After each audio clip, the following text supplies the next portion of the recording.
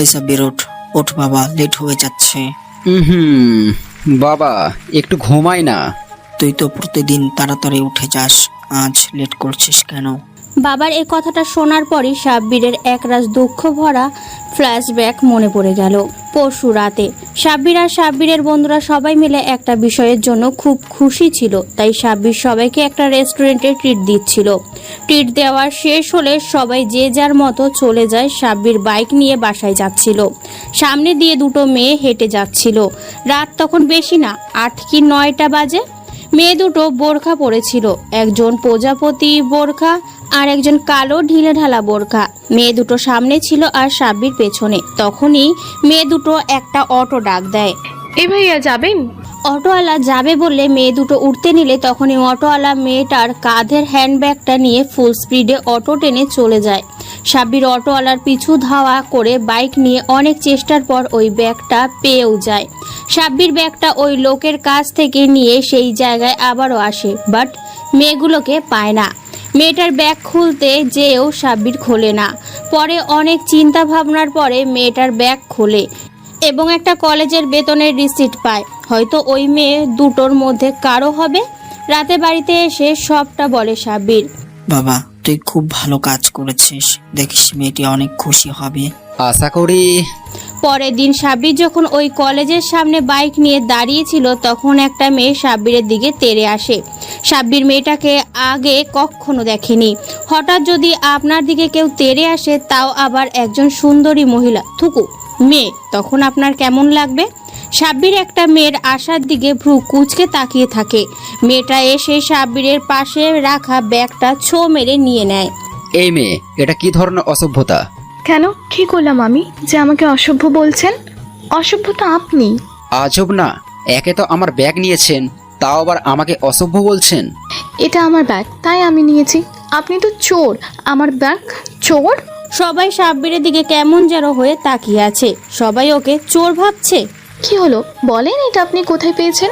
সাব্বির এখন সবার চোখে চোরের তালিকায় পড়ে গেছে। ও যেই মন মানসিকতা নিয়ে ব্যাগটা দিতে এসেছিল সেটা নষ্ট হয়ে গেছে। আর বেশিক্ষণ এখানে থাকলে চেনা কেউ দেখলে বলবে কমিশনার সাহেব এখন মহিলা কলেজের সামনে ঘোরাঘুরি করে। এটা আপনার ব্যাগ, প্রমাণ কি? এই যে আমার আইডি। যাক, এটাই তাহলে বোরকাওয়ালি মেয়েটা। ব্যাগটা দিতে এসেছিলাম, দেওয়া শেষ, ব্যাস। আমার আর এখন সম্মান কামাতে হবে না। সাব্বির বাইক চালিয়ে কিছু না বলে সেখান থেকে চলে আসে। মেয়েটা পিছন থেকে কয়েকবার ডাক দিয়েছিল, কিন্তু সাব্বির শোনেনি। সাব্বির উপকার করতে গিয়ে চোর সেজে গিয়েছিল। কি রে, কই হারিয়ে গেলি? হ্যাঁ বাবা, বলো। কয়েকদিন আগে প্রমোশন পেলি, এখন থেকে যদি আবার অলসতা করিস তো কি করে চলবে? আরে বাবা চিল, তুমি যাও, আমি আসছি।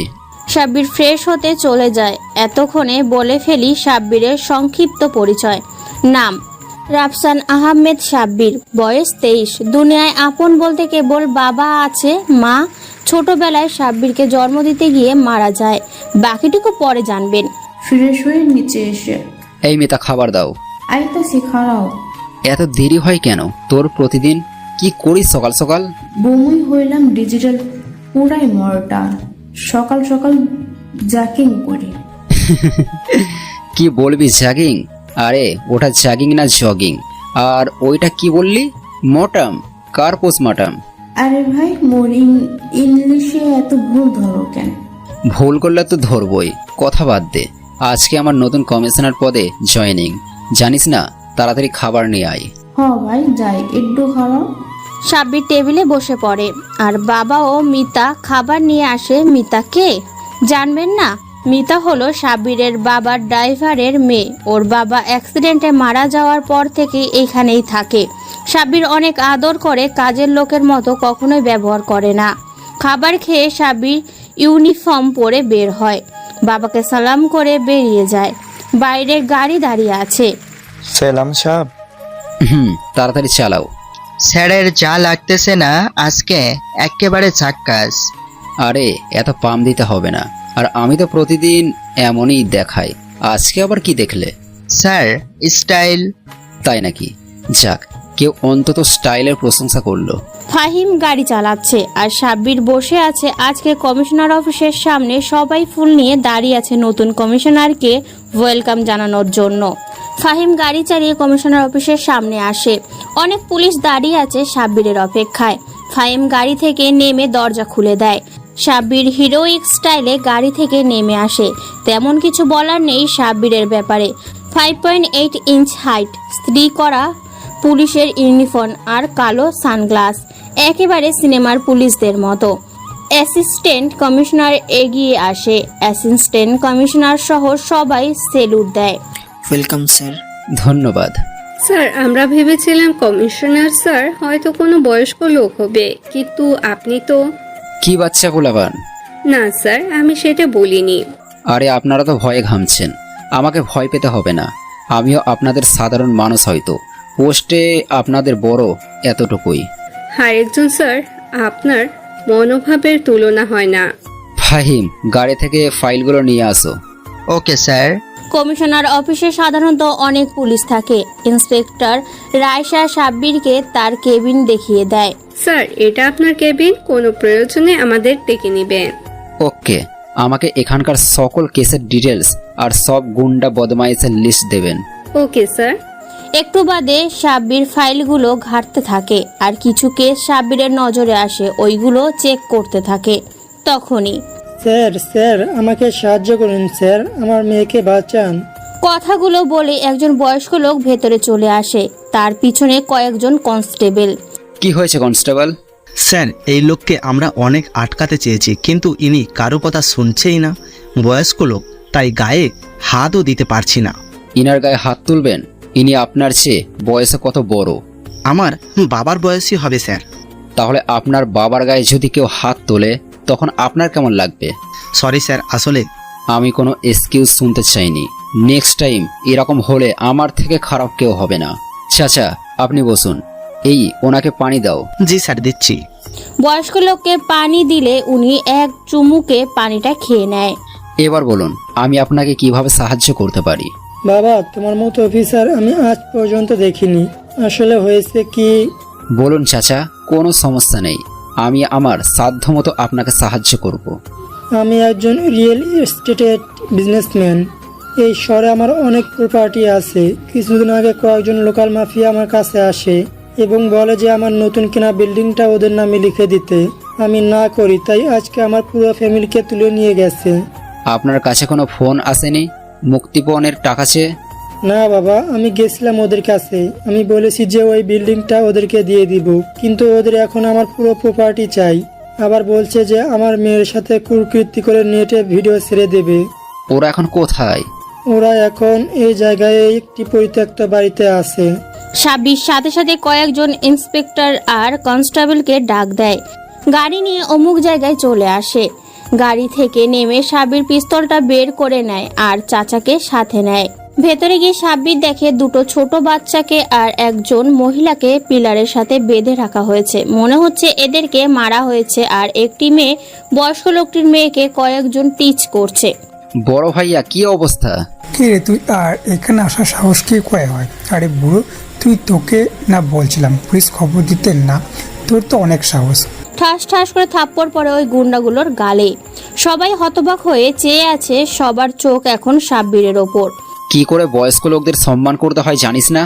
আরো একটি থাপ্পড় মারে। গুন্ডাগুলো সব বলদের মতো চেয়ে আছে। আজ হয়তো প্রথম কোনো পুলিশ তাদের বসকে মারছে।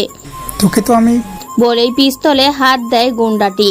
ফাহিম, কোনো গুন্ডা যদি কোনো পুলিশের দিকে অস্ত্র তোলে, গুলি করার চেষ্টা করে, তাহলে তাকে কি করা উচিত? স্যার, আমরাও গুলি করব আখরতার জন্য। তাহলে এখনো কেন দাঁড়িয়ে? সব কটাকে গুলি করো। মনে করো কালকে ঈদ, সেই খুশিতে যেভাবে বাজি ফাটাবে সেভাবে গুলি দিয়ে উদযাপন করো। মনে রেখো, কেউ যেন না মরে। সব কয়টাকে প্রতিবন্ধী বানিয়ে দাও। Sir, really? তো আমাকে দেখে কি মনে হয় মজা করছে? গুলি চালাও। সবাই হাতে পিস্তল নিয়ে কয়েক সেকেন্ডেই সব শেষ করে দেয়। যাক, তাহলে খেল খতম, পয়সা হজম। আপনাকে যে কি বলে ধন্যবাদ দেব স্যার? আরে এ তেমন কিছু না, এটা আমার দায়িত্ব। সবাইকে বাসায় পৌঁছে দাও ফাহিম, আর অনেক এদেরকে হাসপাতালে পাঠাও। Okay sir. বলেই ফাহিম আর অনেক চলে যায়। রাইসা, গাড়ি বের করো। আজকের থেকে এই শহরের নকশা চেঞ্জ হবে। স্যার, আপনি কি এমনই? কেমন? শপথ আর ডেঞ্জারাস পুলিশ। আসলে কেবল আমি না, আপনাদের ডিপার্টমেন্টের প্রত্যেককে এমনই হওয়া উচিত। গাড়ি কিসের সাথে যেন বাড়ি খায়। কি হলো, অ্যাক্সিডেন্ট নাকি? স্যার, আপনার সাথে কথা বলতে বলতে যে কখন স্কুটির সামনে চলে এসেছে দেখিনি। নেমে দেখো কিছু হয়েছে কিনা। স্যার, একটা মেয়ে একটা ছেলেকে ধাক্কা দিয়েছে গাড়ির সামনে। হোয়াট? কেন? আমি জানি না, জিজ্ঞাসা করে নিই আগে। ওকে। বলে রায়সা গাড়ি থেকে নেমে যায়। কিছুক্ষণ বাদে ফিরে আসে। এমন মেয়েই থাকা দরকার। বলেই রায়সা গাড়িতে উঠে আসে। কি হলো, এভাবে হাসছেন কেন? আর বলেন না স্যার, মেয়েটি যা ডেয়ারিং, একটা ছেলেটাকে টিজ করেছে বলে ছেলেটিকে মেরে গাড়ির নিচে দিয়ে দিয়েছে। ভাগ্যিস ছেলেটির কিছুই হয়নি। এত ডেঞ্জারাস মেয়ে? হ্যাঁ স্যার, এই যে বোরখাওয়ালা মেয়েটা এইটাই। সাব্বির ওই মেয়েটার দিকে লক্ষ্য করে। মেয়েটাকে সাব্বিরের চেনা চেনা লাগতেছে। আরে এটা তো সেই মেয়ে যাকে দেখলেই সাব্বিরের দুঃখ ভরা ফ্ল্যাশব্যাক মনে পড়ে। এটা সেই ব্যাগওয়ালি। ব্যাগটা দেখেই সাব্বির চিনে ফেলেছে। আসলে মেয়েটা খুবই ডেঞ্জারাস। কেন স্যার, আপনার সাথে আবার কি হলো? আমি আবার কখন বললাম কিছু হয়েছে? আমি বললাম যে মেয়েটা খুবই ডেঞ্জারাস। রায়সা গাড়ি নিয়ে অফিসে চলে আসে। সাব্বির সকল ফাইলপত্র ঘেটে দেখে ওই এরিয়ার সকল গুন্ডা বদমাইশের প্রতি অ্যাকশন নিতে বলে আর বলে। সাব্বিরের কথা মতো পুরো শহর জুড়ে তাণ্ডব চলে পুলিশ বাহিনীর। গুন্ডাদের নাজেহাল অবস্থা। আর একের পর এক সুপারিশ আসছে ওপর মহল থেকে। কিন্তু সাব্বিরকে যারা চেনে তারা জানে যে সাব্বির কোনো সুপারিশে কাজ করে না, যে যাই হোক না কেন। সারা শহরে এখন গুন্ডাদের মুখে সাব্বিরের নাম। সবাই আন্ডারগ্রাউন্ড হয়ে গেছে। রাতের বেলা সাব্বির ফাহিমকে নিয়ে বের হয় শহরটাকে ঘুরে দেখবে বলে। একটা পুলিশের জিপ নিয়ে নেয় সাথে, অতিরিক্ত কোনো পুলিশ নেয় না সাথে, কেবল ইন্সপেক্টর অনিক, ফাহিম আর রায়সা। সবাই মিলে অনেক জায়গায় ঘোরে। আসলে সাব্বিরকে সবাই যেমন ভেবেছিল সাব্বির ঠিক তেমন না। অনেকটা বন্ধুভাবাপন্ন মিশুক প্রকৃতির। সাব্বিরের জীবন সম্পর্কে অনেক কিছু জানতে পারে সবাই। আর শহরটাকেও ঘুরে দেখা হয়। এর ফাঁকে প্লাস টহল দেওয়াও হয়ে যায়। ঘোরা শেষে সবাই মিলে একটা পার্কের রেস্টুরেন্টে যায় খাবার খাওয়ার জন্য। স্যার, আজকে আপনাকে খাওয়াবো আমরা। আরে না, এটা হয় না। আপনাদের আমি নিয়ে এসেছি, আমি খাওয়াবো। আমাকে না হয় অন্যদিন খাওয়ালেন। কিন্তু স্যার। কোনো কিন্তু না। ওয়েটার, খাবারের মেনু কোথায়? এই যে স্যার। আমি তো তেহারি খাবো, আমার ফেভারিট। আপনারা কি খাবেন? অর্ডার করে নেন। আমার জন্য একটা চিকেন বিরিয়ানি। আমার জন্য হালিম নিয়ে আসো। আর আমার জন্যও চিকেন কাবাব নিয়ে আসেন। ওয়েটার অর্ডার মোতাবেক খাবার নিয়ে যায়। খাবার খাওয়ার সময়ও অনেক গল্প হয়। খাবার খাওয়া যখন শেষ পর্যায়ে তখন একটি মেয়ে চিৎকার শুনতে পায়। তিনজন, কেবল ওরা না, সবাই শুনতে পায়। সবাই এগিয়ে যায় আওয়াজের উৎস খুঁজতে। পার্কের পেছন দিকটা থেকে আওয়াজটা এসেছে। এত রাত্রে ওই দিকটায় কে আর কি হলো যে চিৎকার করলো? কাউকে খুন করা হয়নি তো? সাব্বিরদের আগে জনতা সেখানে পৌঁছে যায়। সাব্বির, রায়সা আর ফাহিম আর অনিক সবাইকে সাইড হতে বলে। সাব্বির দেখতে পায় একটা মেয়ে পড়ে আছে। হাতে গ্লাভস পরে নিয়ে মেয়েটার নাকের কাছে হাত দেয়। মেয়েটা বেঁচে আছে, নিঃশ্বাস চলছে। সাব্বির ফাহিমকে পানি আনতে বলে। ফাহিম পানি আনলেই মেয়েটার মুখে পানি ছিটিয়ে দেওয়া হয়। মেয়েটি চোখ খুলে কিন্তু খুব ভয় পেয়ে আছে। ভয় পাবেন না, এই যে দেখুন আমরা আছি, কোনো ক্ষতি হবে না আপনার। লাশ, লাশ, ওখানে লাশ। মহিলা আঙুল তুলে বলে। সবাই মেয়েটির ইশারাকৃত জায়গায় তাকায়। একটা বস্তা পড়ে আছে। অনেক লাইট ধরে। সাব্বির ও ফাহিম সেই দিকে এগিয়ে যায়। আরে ভাই, কে আপনারা? এভাবে লাশ ধরতে যাচ্ছেন? Commissioner of police. সবাই চুপ মেরে যায় আর কিছু বলে না। সাব্বির বস্তাটার মুখে একটা মাথা দেখতে পায়। একটা মেয়ে হবে হয়তো। আর পুরো বস্তাটা রক্তে লাল হয়ে আছে। সাব্বির বস্তাটি ফাহিমকে খুলতে বলে। ফাহিম বস্তাটি কেটে নেয়। আর তারপর যা দেখা যায় তা দেখে অনেকেই ভয় পায়। একটা মেয়ের লাশ খুব বাজে দেখাচ্ছে। চেহারা বোঝা যাচ্ছে না। আর হাত পায়ে কাটা ছেঁড়ার দাগ মনে হচ্ছে। কেউ বা কারা ধর্ষণ করেছে। মেয়েটির পাশের বস্তায় আর একটা জিনিস দেখতে পায় সাব্বির, যেটি হচ্ছে সেই ব্যাগটি। হ্যাঁ, সেই বোরখাওয়ালির ব্যাগটি। সাব্বির কিছুটা পিছিয়ে গেল। স্যার কি হলো, আপনি পিছিয়ে গেলেন কেন? কোনো সমস্যা? সাব্বির কোনো জবাব দিল না। স্যার কিছু বলছেন না কেন? কিছু তো অন্তত বলুন। সাব্বির কি বলবে ভেবে পাচ্ছে না। একটা জলজান্ত মানুষ যাকে সকালে দেখলো তাকেই এখন লাশ হিসেবে দেখে। অনেকটা শক পেয়েছে। আর সাব্বির শিওর না যে এটাই বোরখাওয়ালি, কারণ চেহারাটা বোঝা যাচ্ছে না। স্যার। হ্যাঁ। আপনি পিছিয়ে গেলেন যে? কিছু না, বডিটাকে গাড়িতে তোল আর পুরো জায়গাটা ভালো করে সার্চ করো, কোনো ক্লু যেন হাতছাড়া না হয়। Okay sir. বলেই ফাহিম আর অনিক বডিটাকে গাড়িতে তোলে। সাবধান। বডিটা গাড়িতে তুলে সাব্বির রায়শাকে নিয়ে ফরেনসিক রিপোর্টের জন্য বডিটা পোস্টমর্টমের করাতে দেয়। আর ফাহিম, অনিক আরও অনেকজন পুলিশ পুরোটা পার্ক ও আশেপাশের এরিয়া চিরুনি তল্লাশি চালাতে থাকে। লাশের পোস্টমর্টম করছে ডক্টর। আর সাব্বির আর রায়শা বাইরে বসে আছে। সাব্বির চুপটি মেরে বসে আছে। স্যার একটা কথা বলবো? হ্যাঁ বলো নির্দ্বিধায়। মেয়েটাকে আপনি চেনেন তাই না? হ্যাঁ চিনি, তুমিও চেনো? কিভাবে স্যার? আজ সকালের কেসটা সলভ করে ফেরার পথে একটা অ্যাক্সিডেন্ট হয়েছিল, মনে আছে? ওই অ্যাক্সিডেন্টের জন্য যে মেয়েটা দায়ী ছিল, এটা হয়তো সেই মেয়েটাই। আপনি কিভাবে শিওর যে এইটাই সেই বোরখাওয়ালি মেয়েটা? বস্তাতে একটা ব্যাগ দেখেছিলাম চামড়ার, ওই ব্যাগটা আমার খুব চেনা। এরপর সাব্বির রায়শাকে সবটা খুলে বলে। কিভাবে ব্যাগটা চুরি হয়, সাব্বির কিভাবে ফিরিয়ে আনে, আর মেয়েটা কিভাবে সাব্বিরকে ভুল বুঝে। Sir postmortem complete. সাব্বিরের কথা বলাও শেষ আর মেয়েটির পোস্টমর্টম। সাব্বিরের দিকে রিপোর্টটা এগিয়ে দেয় ডক্টর। মেয়েটার বয়স আনুমানিক 19 থেকে 20 বছর হবে। মেয়েটির হত্যা হয় এখন থেকে প্রায় 4 কি 5 ঘন্টা আগে। হত্যা বললে ভুল হবে, মেয়েটিকে 3 থেকে 4 জন মিলে টোটালি রেপ করেছে। এদের সিমেনের টেস্ট যাতে না পাওয়া যায় সেই জন্য রড ব্যবহার করেছে। আর স্যার, মেয়েটিকে মৃত্যুর খুব করুণ মৃত্যু ছিল। এর মাধ্যমে এটা বোঝা যায় যে খুনিরা খুব ডেঞ্জারাস। এছাড়া আর কিছু? হ্যাঁ স্যার, মেয়েটিকে রেপ করার আগে পেটানো হয়েছে, প্লাস কোকেন খাইয়েছে। সাব্বিরের রাগে চোখ মুখ লাল হয়ে গেছে। খুব বাজে ধরনের রাগ সাব্বিরের। ওর রাগের সময় মাথা ঠিক থাকে না, যা কিছু করে ফেলতে পারে। সাব্বির রিপোর্টটা হাতে নিয়ে বেরিয়ে যায়। গাড়িতে গিয়ে বসে। গাড়ি স্টার্ট দিতে নিলেই। স্যার কোথায় যাচ্ছেন? জানি না, চাইলে আসতে পারো। রায়সা গাড়িতে গিয়ে বসে আর সাব্বির গাড়ি চালাতে থাকে। সাব্বির ফাহিমকে ফোন দেয়। হ্যালো ফাহিম, প্রমাণ কতদূর পেলে? স্যার কিছুই পাইনি। মেয়েটাকে এখানে মারা হয়নি, লাশটাকে অন্য কোথাও থেকে আনা হয়েছে। আর পার্কের সিসিটিভিতে কিছু দেখা যাচ্ছে না, কেবল 2টা হাইস গাড়ি দেখা যাচ্ছে। নাম্বার দেখা যাচ্ছে? না স্যার, নাম্বার দেখা যাচ্ছে না। সাব্বির পার্কে চলে যায়। কিছু না কিছু প্রমাণ পেতেই হবে। একটা মেয়েকে এভাবে জানোয়ারদের মতো ধর্ষণ করে গেল আর পুলিশ প্রমাণ পাচ্ছে না। হঠাৎ সাব্বিরের মাথা কাজ করতে শুরু করে।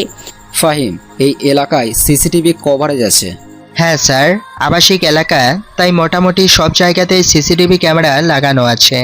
সব কটা বাড়ির সিসিটিভি ফুটেজ চেক করা হয়, যার কিন্তু গাড়িগুলোর কোনো নাম্বার প্লেট দেখা যায় না। খুব দ্রুত চালিয়ে গেছে আর একটা বাড়ির ক্যামেরার গাড়ির নাম্বার ধরা পড়ে। জানা যায় যে প্লেটটা ভুয়া। এই সিরিয়ালে প্রত্যেকটা ট্রাফিক ক্যামেরায় গাড়িগুলোকে ফলো করতে থাকো, পেয়ে যাবে। অনুসন্ধান চলতে থাকে, ভোর থেকে চলছে। প্রায় সাব্বির, ফাহিম, রায়সা, অনেক সহ সবাই অতরন্তভাবে ডিউটি করে যাচ্ছে। ভোর হয়ে এসেছে প্রায়। ফজরের আজান দিলে সাব্বির একটা মসজিদে ঢুকে যায়। অজু করে নামাজে দাঁড়িয়ে যায় সাব্বির। নামাজ পড়ে দোয়া করে যেন মেয়েটার খুনিদের ধরতে পারে। মেয়েটার খুনিকে ধরার পর প্রমাণ যেন পায়। মসজিদ থেকে বেরিয়ে সাব্বির গাড়িতে উঠতে নিলেই ফোনটা বেজে ওঠে। হ্যালো ফাহিম, বলো। স্যার গাড়িগুলোকে পাওয়া গেছে। সাব্বির উপরের দিকে তাকিয়ে আল্লাহকে শুকরিয়া জানায়। হ্যাঁ ফাহিম, আমি আসছি। ফাহিম এবং বাকিদের কাছে পৌঁছে যায় সাব্বির। একটা বিশাল ফার্ম হাউসের সামনে দাঁড়িয়ে আছে সবাই। একটু আড়াল হয়ে আছে যাতে কেউ সন্দেহ না করে। স্যার এই বাড়ির বাইরে ট্রাফিক ক্যামেরায় ধরা পড়েছে। এই বাড়িতে গাড়ি দুটো ঢুকেছে। ওকে, বাড়িটাকে ঘিরে ধরো। সাব্বির বাড়ির গেটের কোনো দারোয়ান দেখতে পায় না। সুবিধাই হয়েছে। অনেক, তুমি পিছনের দিক দিয়ে যাও। ফাহিম আর কয়েকজন কনস্টেবল নিয়ে যাও। আর রাইসা আমার সাথে আসো। বাড়ির ভেতরে ঢুকে পড়ে সাব্বির। আর ভেতরটা খুব নির্জন, কোনো কোলাহল নেই। এখনো সকাল হয়নি তেমন, কেবল সূর্যি মামা বেরিয়ে আসছে আলোর রেখা নিয়ে। গেট খোলাই ছিল। সাব্বির আর রায়সা আওয়াজবিহীন পায়ে ভেতরে ঢোকে। চারদিকে জিনিসপত্র ছড়িয়ে ছিটিয়ে আছে। আর বাড়িটা খুব বড়, আর ভেতরের জিনিসপত্রগুলো খুব দামি। মনে হয় বড় লোক বাপের বখাটে সন্তান। ভেতরে ডাইনিং রুমে 3 জনকে দেখতে পায় সাব্বির আর অনেক, উপরতলায় আর একজনকে, পুরো বাড়ির মোট 4 জন। আর ভাবছেন হয়তো যে ওরা অ্যাটাক করলো না। ওদের সবার এখনো নেশা কাটেনি, খুব বেশি নেশা করে ফেলেছে। একজন তো টেবিলের ওপরেই আছে, নাকে মুখে এখনো কোকেন লেগে আছে। সব কয়টার হাতে হ্যান্ডকাপ পরিয়ে সাব্বির ওদের মুখে পানি ছিটিয়ে দেয়। সব কটার হুঁশ ফিরে আসে, একটা এখনো ঝিমোচ্ছে। সালাম সাব, এত সকালে আমাদের এখানে কি গুসটুস লাগবে নাকি? সাব্বির রাগ মাখা মুখ নিয়ে ফাহিমের দিকে তাকায়। আরে স্যার, লজ্জা পাবেন না, ওদেরও দেব। আমরা সবাইকে দেই, কাউকে নিরাশ করি না। সাব্বির ওর মুখে লাথি মারে, নাক দিয়ে গল গল করে রক্ত বের হতে থাকে। ওই শালাবাসটা, তোর সাহস কি করে হয় আমাকে মারার? তুই জানিস আমি কে? তুই জানিস আমরা কে? তোরা কে কি সেটা জেনে আমার কোনো লাভ নেই, কিন্তু তোদের দিয়ে আমার অনেক কিছু আছে। বল, কালকে ওই মেয়েটাকে কে ধর্ষণ করেছিস? স্যার, কোন মেয়ের কথা বলছেন? কিছু বুঝতে পারছি না। অনেক, ওকে বোঝাও তো। বলার সাথে সাথে অনেক ছেলেটার পাশে একটা গুলি চালায়। স্যার স্যার, কি করছেন? মেরে ফেলবেন নাকি? ওরা খুব পস্তাবে রায়হান, ওদের ব্যাপারে ড্যাডি জানতে পারলে ওদের বংশ নির্বংশ করে দিবে। বল, মেয়েটাকে কেন মেরেছিস? আরে স্যার, আপনাদের কাছে আর কি লুকাবো? কালকে আমাদের এক ছোট ভাই বলল কোন মেয়ে নাকি ওকে রাস্তায় অপমান করেছে। আমরা গেছিলাম, ভেবেছিলাম মেয়েটাকে একটু অর্নিং দেব, কিন্তু মেয়েটার বান্ধবী রাজকে থাপ্পড় মেরে বসলো। রাজ তখন নেশায় ছিল, তাই মাথা গরম করে দুটোকে তুলে নিয়ে আসে। দুটো মানে? আরে স্যার, বলছি তো, একটু চিল করেন না। তারপর আবারও বলতে শুরু করলো। ওরা দুজন ছিল স্যার, একজন বোরকা পরা আর একজন নর্মাল ড্রেসে। বোরকা ওলিকে মেরেছিস নাকি ওর বান্ধবীকে? স্যার, আমরা মারতে চাইনি, কিন্তু কি করব বলেন? মেয়েটা খালি কান্না করছিল, বলছিল ছেড়ে দিতে, বাসায় চলে যাবে। একবার ভাবলাম ছেড়ে দেই, কিন্তু স্যার ওর ফিগারটা দেখে আর নিজেকে কন্ট্রোল করতে পারলাম না। ওকে প্রথমে আমি, তারপর ওরা 3 জন পর্যায়ক্রমে ধর্ষণ করি। সাব্বির রাজের মুখে একটা লাথি মারে। তোরা মানুষ না, জানোয়ার। তোদের মেয়েটাকে দেখে একটু মায়া দয়া হলো না? তোর মা বা বোনের সাথে যদি কেউ এরকম করে তখন তোর কেমন লাগবে? অফিসার বলেই চিল্লিয়ে উঠল রাজ, তোর মুখের ভাষা ঠিক কর। হাই রে ভালো মানুষ রে, তুই যাকে ধর্ষণ করেছিস সেও তো কারো বোন, কারো সন্তান। তাহলে কাজটা করার আগে একবার ভেবে দেখলি না? আরেকটাকে কি করেছিস? ওইটা তো ন্যাকা, খালি কান্না করে। বোরখাটা খুলতেই পারলাম না, চিল্লাচিল্লি করছিল। আর ওইসব গিয়েও মেয়েদের প্রতি রুচি আসে না, তাই ওইটাকে সিঁড়িঘরে বেঁধে ফেলে রেখেছি। রায়সা আর ফাহিমকে ইশারা করে সাব্বির সিঁড়ির ঘরে যাওয়ার জন্য। আর ওদিকে, স্যার মেয়েটাকে নিয়ে যাবেন? তো কি তোর কাছে রেখে যাব? এনজয় করার জন্য? আচ্ছা নিয়ে যান, কিন্তু দেখবেন যাতে কাউকে কিছু না বলে। আর আপনি আপনার মুখ বন্ধ করতে কত নেবেন? 5 কোটি, 10 কোটি? কি হবে না এতে 20 কোটি? দেখাচ্ছি তো টাকার গরম। ওই মেয়েটার লাশ কোথায়? ওইটাকে তো স্যার পার্কে ফেলে এসেছি। রায়সা আর অনেক ওপর থেকে বোরকা আলীকে নিয়ে আসে। বোরকা আলীকে অক্ষম দেখে সাব্বিরের মুখে হাসির রেখা ফুটে ওঠে। বোরকা আলীও এখন অজ্ঞান, কিন্তু অন্যদিকে ওই মেয়েটার অর্থাৎ বোরকা আলীর বান্ধবীর কথা ভেবে সাব্বিরের পায়ের তালু থেকে মাথা পর্যন্ত রক্ত উঠতে থাকে। এদেরকে তো শাস্তি দিতেই হবে। এ নিশ্চয়ই কোনো ক্ষমতাশীল লোকের ছেলে, তাই একে জেলে দিলে কিছুদিনের ভেতরে বেরিয়ে আসবে। তাই একে অন্য উপায়ে শায়েস্তা করতে হবে। চল আমাদের সাথে, আমাদের দেখিয়ে দিবি যে ওই মেয়েটা কোথায় ফেলেছিস।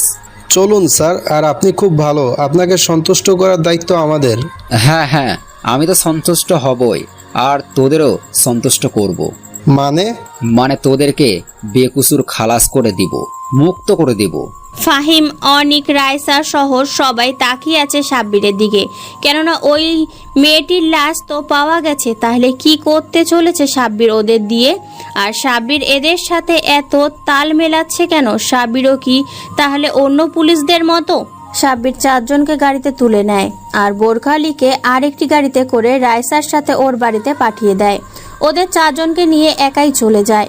সন্ধ্যাবেলা সাব্বির বোরখা আলীকে দেখতে রাইসাদের বাড়ির সামনে দাঁড়িয়ে আছে। রাইসা বারান্দা দিয়ে সাব্বিরকে দেখতে পায়। স্যার, বাহিরে দাঁড়িয়ে আছেন কেন? ভিতরে আসুন। আরে এমনি দাঁড়িয়েছিলাম। ভেতরে চলে আসুন। সাব্বির ভেতরে যায়। বোরখা আলী অরিজিনাল নাম তানিয়া, যেটা রাইসা সাব্বিরকে জানায়। সাব্বির গিয়ে তানিয়ার বিছানায় পাশে বসে। তানিয়াকে যখন এইখানে আনা হয় তখন ও অজ্ঞান ছিল, প্লাস ওর জ্বর ছিল। জ্বর অবশ্য এখন কমে এসেছে। রাইসা সাব্বিরের জন্য কফি আনতে যায়। সাব্বির বসে বসে তাকিয়ে আছে তানিয়ার দিকে। কখনো চেহারাটা ভালো করে দেখেনি কোনোদিন। খুব মিষ্টি একটা চেহারা, দুধে আলতা গায়ের রং, চুলগুলো হালকা কোকড়ানো। সাব্বির ওই দিকে তাকিয়ে থাকতে থাকতে যেন ওর চেহারার একটা মায়ায় পড়ে যাচ্ছিল যে কেউ এই প্রেমে পড়ে যাবে। সাব্বির ক্রমশ ওই গোলাপি ঠোঁট জোড়ার দিকে আকৃষ্ট হতে থাকে। হঠাৎ তানিয়ার ঘুম ভেঙে যায়। সাব্বিরের চেহারা এখন ঠিক ওর মুখের ওপর, তাই চোখ খুলে সাব্বিরকে দেখে অনেকটা আটকে ওঠে, ফলে চিৎকার করে ওঠে, আহাইয়া। রাইসা কফি বানানো শেষ, তাই রাইসা কফি নিয়ে রুমেই আসছিল। ঠিক তখনই চিৎকার শুনতে পায়। কি হয়েছে তানিয়া? চিৎকার করছো কেন? এই চোর লোক এখানে কি করছে? কে চোর? কোথায় চোর? এ তো সামনে বসে আছে। আমাকে বলছে? এটা বলেই সাব্বির রাইসার দিকে তাকিয়ে একটা ভ্যাবলা মার্কা হাসি দিল। স্যার, আপনি চোর হতে যাবেন কেন? এই 1 মিনিট, আপনি এই চোরকে স্যার বলছেন কেন? তানিয়া, তখন থেকে দেখছি তুমি স্যারকে চোর চোর বলছো। তুমি জানো না উনি কে? না, সেটাই তো জানতে চাইছি। কমিশনার অফ পুলিশ এ সাব্বির। আপনি খুব ভালো মজা করেন তো ম্যাডাম। এই চোর নাকি পুলিশ কমিশনার। সাব্বির আর রাইসা চোখ ছোট ছোট করে তানিয়ার দিকে তাকিয়ে আছে। হঠাৎ রুমে ইন্সপেক্টর অনিক আসে। স্যার, আপনাকে বড় স্যার ডেকেছেন। আচ্ছা তুমি যাও, গাড়ি রেডি করো, আমি আসছি। তানিয়া এখন হয়তো বুঝতে পেরেছে যে রাইসা মজা করেনি। সাব্বির আসলেই পুলিশ কমিশনার। স্যার, ও স্যার, আমাকে না মাফ করে দিন। আমি বুঝতে পারিনি যে আপনি কে। আপনাকে না চিনে ওই দিন আপনাকে অপমান করলাম। আজ আপনি আমায় বাঁচালেন, আপনাকে এই অপমান করলাম। ইটস ওকে, আপনি আপনার ভুল বুঝতে পেরেছেন, এটাই অনেক। আচ্ছা স্যার, আমার বান্ধবী কোথায়? ও কেমন আছে সেটা তো জানতে পারলাম না। সাব্বির রাইসার দিকে তাকায় এবং ইশারায় জিজ্ঞাসা করে কি করব। রাইসা সবটা বলে দিতে বলে। আপনার বান্ধবীকে দেখবেন? অবশ্যই স্যার, ওর এই দুনিয়ায় আমি ছাড়া কেউ নেই। ও এতিম, আমিও এতিম। সাব্বির তানিয়াকে সাথে নিয়ে গাড়িতে বসে। আগে বড় স্যারের অফিসে যায়। স্যার, আসতে পারি? আসো। স্যার, আমাকে ডেকেছেন কেন? তুমি কি জানো যে শহরের টপ বিজনেসম্যান আলতাফ চৌধুরীর ছেলে সহ আরো কয়েকজন নামি দামি লোকের 3 জন ছেলে সহ 4 জনকে খুঁজে পাওয়া যাচ্ছে না? না স্যার, মাত্র জানতে পারলাম। কোথায়, কিভাবে? আমি জানি না যে এতে তোমার হাত আছে কিনা, তবে ওদের খুঁজে বের করার ব্যবস্থা কর। Okay sir. তুমি এখন আসতে পারো। সাব্বির তানিয়াকে নিয়ে হসপিটালে যায়। হসপিটালে কেবিন ওয়ার্ড পেরিয়ে ওকে মর্গে নিয়ে যায়। স্যার, এখানে কেন? তোমার বান্ধবীকে দেখবে না? হ্যাঁ স্যার, অবশ্যই, কিন্তু মর্গে কেন? সি ইজ নো মোর বলেই একটা ড্রয়ার খুলে দেয়। তাতে ছিল সেই মেয়েটির লাশ। লাশটা দেখে তানিয়া যখন বুঝতে পারলো এটা তার বান্ধবী, ও চিৎকার দিয়ে অজ্ঞান হয়ে গেল। সাব্বির ওকে কোলে তুলে নিয়ে গাড়িতে বসায়, চোখ মুখে পানি ছিটিয়ে দেয়। তানিয়ার জ্ঞান ফিরে আসে। তানিয়া কোনো কথা বলছে না, চুপ করে আছে আর ফুপিয়ে ফুপিয়ে কাঁদছে। তানিয়া, এই তানিয়া, আপনি প্লিজ কাঁদবেন না। তানিয়া সাব্বিরকে জড়িয়ে ধরে জোরে শব্দ করে কাঁদতে থাকে। স্যার, ওর কি দোষ ছিল বলতে পারেন? আমি ওই লোফারটাকে শাস্তি দিলাম, আর তার শাস্তি আমাকে না দিয়ে ওকে কেন দিতে গেল বলতে পারেন? ও আর আমি এতিমখানায় মানুষ হয়েছে। ওর কোনো শত্রুতা ছিল না কারোর সাথে। ও চাইতো পড়ালেখা করে ডাক্তার হয়ে মানুষের ফ্রিতে সেবা করতে। আজ ওর প্রাণ আর ইজ্জতটা ফ্রিতে চলে গেল। স্যার, ওই জানোয়ারদের সবচেয়ে কঠোর শাস্তি দিবেন। ওদের শাস্তি দেখে যেন শয়তানেরও আত্মা কেঁপে ওঠে। ওদের তো শাস্তি দেওয়া শেষ। মানে? দেখো বলে সাব্বির মোবাইলের খবরের চ্যানেল বের করে দেয়। হেডলাইনে লেখা, বুড়িগঙ্গায় 4 যুবকের লাশ। বুড়িগঙ্গা থেকে 4 অজ্ঞাত যুবকের লাশ উদ্ধার। সবার চেহারা নষ্ট করে দিয়েছে খুনি। এদের সবার পুরুষাঙ্গ কেটে দিয়েছে খুনি, বদলা নিতে কিংবা কোন শত্রুতার জোর ধরে এমনটা করেছে বলে সবার ধারণা। ওদেরকে আপনি মেরেছেন? আমার নজরে এরা সবাই দেশের কীট, আর এদের একটাই শাস্তি, সেটা হলো মৃত্যুদণ্ড। আমি অনেক খুশি হয়েছি এই খবরটি দেখে। আচ্ছা তানিয়া, আপনাকে এখন আমি রায়সার বাসায় দিয়ে আসি। আমাকে এক্ষুনি হয়তো কল দিবে বড় অফিসাররা। আচ্ছা, আমি একাই যেতে পারবো, আপনাকে কষ্ট করতে হবে না। দরকার নেই বলেই সাব্বির গাড়ি স্টার্ট দেয়। আচ্ছা তানিয়া, আপনার আপন বলতে কেউ নেই? না স্যার, আমার এই দুনিয়ায় আপন বলতে কেউ নেই। ছোটবেলা থেকে অনাথ আশ্রমে মানুষ হয়েছে। কোনো ভালোবাসার মানুষ মানে এই যুগে তো এটা নর্মাল ব্যাপার। আমি প্রেম ভালোবাসায় বিশ্বাসী না। আমি যদি কাউকে ভালোবাসি, সেটা কেবল আমার হাজবেন্ডকে বাসবো বিয়ের পর। সাব্বির গাড়ি চালাতে থাকে আর কি যেন ভাবতে থাকে। তানিয়ার মনেও কিচ্ছু তো চলছে। নেমে পড়ুন তানিয়া, নেমে পড়ুন, আমরা চলে এসেছি। ও হ্যাঁ, বলেই তানিয়া নেমে পড়ে। তানিয়া। হ্যাঁ বলুন, কিছু বলবেন? এই নিন, এটা রাখুন। একটা ফোন এগিয়ে দিয়ে কথাটা বলে সাব্বির। এটা রাখুন, কিছু লাগলে আমাকে জানাবেন। আচ্ছা। বলেই ফোনটা নিয়ে নেয় তানিয়া। সাব্বির গাড়ি ঘুরিয়ে চলে যায়। হ্যালো স্যার, বলুন। তুমি খবর শুনেছো? হ্যাঁ স্যার, আমি সেখানেই যাচ্ছি। কেসটার স্পিড বাড়াও, আমি খুব শীঘ্রই একটা রিপোর্ট চাই। Okay sir. বলেই সাব্বির ফোনটা কেটে দেয়। এর মধ্যে সাব্বির লাশগুলোকে যে হাসপাতালে রাখা হয়েছে সেখানে চলে যায়। ফাহিম, অনিক, রায়সা সহ সবাই সাব্বিরকে স্যালুট দেয়। ওদের চোখে সাব্বিরের জন্য একটা আলাদাই রেসপেক্ট দেখতে পায় সাব্বির। স্যার, আমি জানতাম না আপনি অন্য পুলিশের মতন না। স্যার, উচিত শাস্তি দিয়েছেন এদের। স্যার, এমনি কখনো কি করে আমি আজ পর্যন্ত জানতে পারলাম না। আমি জানি আপনারা আমাকে দুর্নীতিবাজ মনে করেছিলেন, কিন্তু আমি ওই রকম না। আর এই কেসের কথা আমাদের বাইরে যেন আর কেউ না জানতে পারে। স্যার, এটা নিয়ে আপনি ভাববেন না, জীবন চলে গেলেও কেউ জানবে না। অ্যাসিস্ট্যান্ট কমিশনার কই? ওকে এখানে ডাকো। অনিক এক্স কমিশনারকে ডাকে। কিছুক্ষণের ভেতর ও চলে আসে। স্যার, ডেকেছেন? এই কেসের একটা ফাইল রেডি করো। সাব্বির বলতে থাকে আর রাহুল সেই অনুযায়ী লিখতে থাকে। রাত 2টা নাগাদ হাসপাতালের পোস্টমর্টম কমপ্লিট হয়। সাব্বির বড় অফিসারকে ফোন দিয়ে বলে, স্যার, আপনি যে 4 জনের কথা বলেছিলেন, এই 4 জনই তারা। ওকে, গুড, ফাইল রেডি। হ্যাঁ স্যার, সকালে পেয়ে যাবেন। সকালে সাব্বির ওই লাস্ট 4টা অভিভাবকদের খবর দেয়। 8টায় গাড়ি আসে কমিশনার অফিসের সামনে। গাড়ি থেকে 4 জন বিখ্যাত বিজনেসম্যান বেরিয়ে আসে, অফিসে ঢোকে। স্যার, আমার ছেলেকে কে খুন করেছে? স্যার, ওদের খুনিকে পেয়েছেন? হ্যাঁ, আমাদের সন্দেহ যে ওদেরকে কেউ ব্যক্তিগত শত্রুতার জের ধরে হত্যা করেছে। কে স্যার? সেটা বলতে পারছি না, কিন্তু ওদেরকে যে মেরেছে খুব বাজেভাবে মেরেছে। সেটা আমি জানি। ছেলেগুলো কত ভালো ছিল, ওদের সাথে কারো শত্রুতা থাকতে পারে। সেটাই। আচ্ছা, আপনারা লাশগুলোকে নিয়ে কবর দেওয়ার ব্যবস্থা করুন। বাইরে অ্যাম্বুলেন্সে লাশ রাখা আছে। স্যার, আপনি তাড়াতাড়ি ওই খুনিকে খুঁজে বের করুন। সবাই বেরিয়ে গেলে সাব্বির বাইরে যায়, 4 জনকে ডাকে। আপনারা শুনুন, আপনাদের মেয়েদের যদি কেউ বাজেভাবে ধর্ষণ করে আর আপনি জানতে পারেন কে করেছে, তাহলে আপনারা কি করবেন? জানে মেরে দেবো কুত্তার বাচ্চাকে। আমিও তাই করেছি। বলে সাব্বির চলে যায়। ওরা বুঝতে পেরে গেছে যে সাব্বিরই যা করার করেছে আর কেন করেছে। লাশগুলো নিয়ে চলে যায় ওরা। বিকেলে সাব্বির বেরিয়ে যায় তানিয়ার সাথে দেখা করার জন্য। হঠাৎই একটা ফোন আসে। কি কমিশনার সাহেব, আপনি কি ভেবেছেন আপনাকে কি এমনি এমনি ছেড়ে দিব? আমার ছেলের মৃত্যু আমি বদলা নিয়ে ছাড়বো, আজ নয় তো কাল। এমন শাস্তি দিব আপনাকে যে আপনি শোকে মারা যাবেন।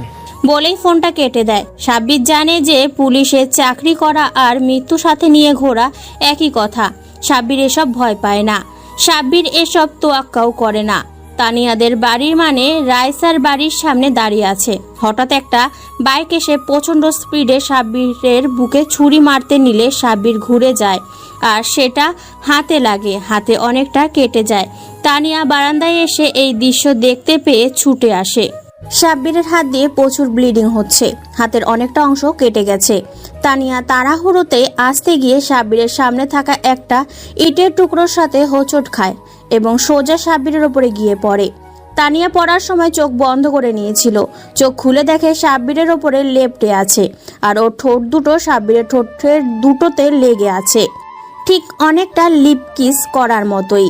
তানিয়া ধ্যান ভাঙে সাব্বিরের হাতের রক্তের দিকে তাকিয়ে তাড়াতাড়ি উঠে পড়ে এবং সাব্বিরকে নিয়ে ভেতরে চলে যায়। ফার্স্ট এড কিট বের করে কাটা জায়গাটা ট্রিটমেন্ট করতে থাকে। আপনি শুধু শুধু আমার জন্য নিজের জীবনকে ঝুঁকিতে ফেলছেন।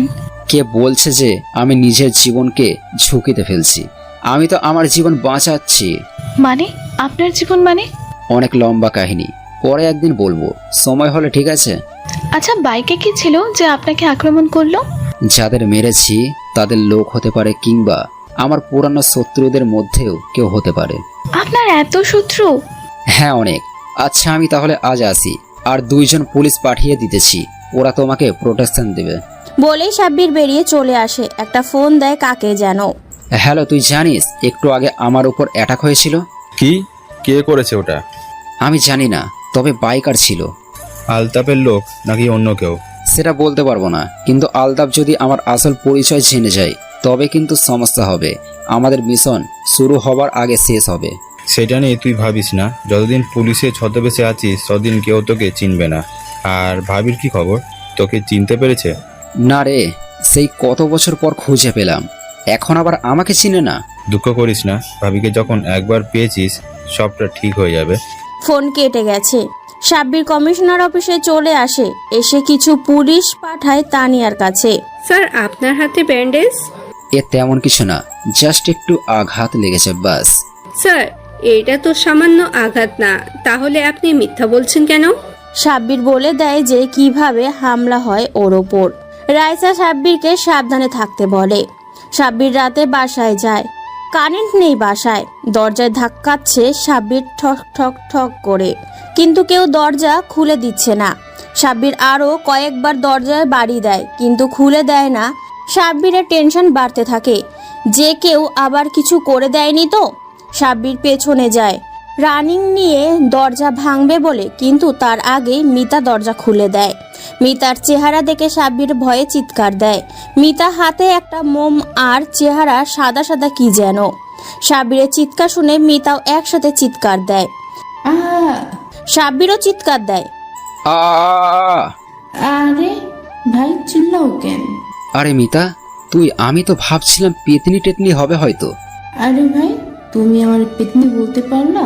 মুই কতগুলো করি দেখছো, চেহারায় ফেস ক্রিম মাখছি। কিসের গুলো? তুই গ্লো বলতে চাচ্ছিস? ওটাই। কিন্তু কার ক্রিমি হয়েছে? আরে কিরমাইয়ের কথা কই নাই, আমি চেহারায় যেটা মাখছি সেটার কথা কইছি। আচ্ছা বাদ দে, বাবা কই? রুমে ঘুমাই। আমি অনেক বইলা খাওয়াইছি, আম্মাই চইলা যাওয়ার পর ও থাইকা এমনই করে। আচ্ছা খাবার দে আমাকে, ক্ষুধা লাগছে। মিতা খাবার বেড়ে দিলে সাব্বির খেয়ে নেয়। এক সময় সাব্বিরের মা ছিল, একটা ছোট্ট বোনও ছিল, কিন্তু একটা দুর্ঘটনায় মারা গেছে। কিন্তু সেটা দুর্ঘটনা ছিল না, ছিল একটা অনেক বড় চক্রান্ত, যেটার বদলা সাব্বির নেবে যে কোনো মূল্যেই। সকালে সাব্বির নিজের কাজে যায়। আজকাল সাব্বিরের কাজে মন বসে না, মাথায় শুধু একটাই চিন্তা ঘুরঘুর করে, সেটা হলো তানিয়ার চিন্তা। অফিসে বসে বসে কিছু পুরনো কেসের ফাইল ঘাটছিল সাব্বির। তাতে একজন আসামির ছবি দেখতে পায়, যার একটা জিনিস সাব্বিরের চোখে পড়ে যায়। স্টিফেন আর্থার নামে এই আন্ডারওয়ার্ল্ডের ডনের ছবি। তার গলায় একটা ট্যাটু সাব্বিরের চেনা চেনা লাগে, একটা ত্রিকোণ ঈগলের মাঝে একটা ধারালো ছুরি নকশা। সাব্বির ছোটবেলায় সেই দিনের ঘটনার কথা মনে করে। দিনটা ছিল পহেলা বৈশাখ। সাব্বিরের বাবা তখন একজন ম্যাজিস্ট্রেট ছিলেন, আর মা ছিল একজন জজ। তো সাব্বিরের মা আর ওরা 2 ভাই বোন সেই দিন তার মার সাথে মেলায় যাবে, তাই তারা গাড়িতে করে মেলার উদ্দেশ্যে রওনা করে। ওরা তখন ওদের নানুর বাড়িতে ছিল, তাই গ্রামের মেলায় যাবে। গাড়ি চলছিল ঠিক মতোই, কিন্তু হঠাৎ ড্রাইভার বলল যে গাড়ির ব্রেক কাজ করছে না। সবাই অনেক ভয় পেয়ে গেল। সাব্বিরের মা সাব্বিরকে এবং ওর বোন মোহিনীকে বাঁচানোর জন্য চিন্তিত হয়ে পড়লেন। গাড়ি অনেক বেগ পেয়ে নিয়ন্ত্রণ হারিয়ে একটা বড় গাছের সাথে বাড়ি খায়। কিন্তু সাব্বির বাদে বাকি সবাই অজ্ঞান হয়ে যায়। সাব্বির গাড়ি থেকে নেমে যায় এবং ওর মা এবং বোনকে টেনে বের করার চেষ্টা করে, কিন্তু বেচারা জানতো না যে তারা আর এই দুনিয়ায় নেই। অনেক চেষ্টার পরে যখন সাব্বির ব্যর্থ হলো তখন গাড়ির পাশে বসে পড়ল এবং হঠাৎ একটা ঘড়ির মতো টিক টিক টিক আওয়াজ শুনতে পেল। আওয়াজটা গাড়ির নিচ থেকেই আসছিল। সাব্বির ঝুঁকে দেখে যে একটা বোম। সাব্বির বোম চেনে, গাড়ির অনেক নিচে ছিল। সাব্বির একটা লাঠি আনতে গেল বোমটাকে বের করার জন্য, কিন্তু তখনই প্রচন্ড শব্দে বিস্ফোরণ হলো। সাব্বির তাকিয়ে দেখলো সাব্বিরের মা সহ বোন সহ গাড়িটা উপরে উঠছে, গাড়িতে আগুন জ্বলছে। সাব্বির মা বলে একটা চিৎকার দিয়ে অজ্ঞান হয়ে গেল। আশেপাশের সবাই বিস্ফোরণের উৎস খুঁজতে এসে সাব্বিরকে অজ্ঞান অবস্থায় আবিষ্কার করে। সাব্বিরকে নিয়ে হাসপাতালে ভর্তি করে আর পোড়া লাশগুলোকে কবর দেওয়ার ব্যবস্থা করে।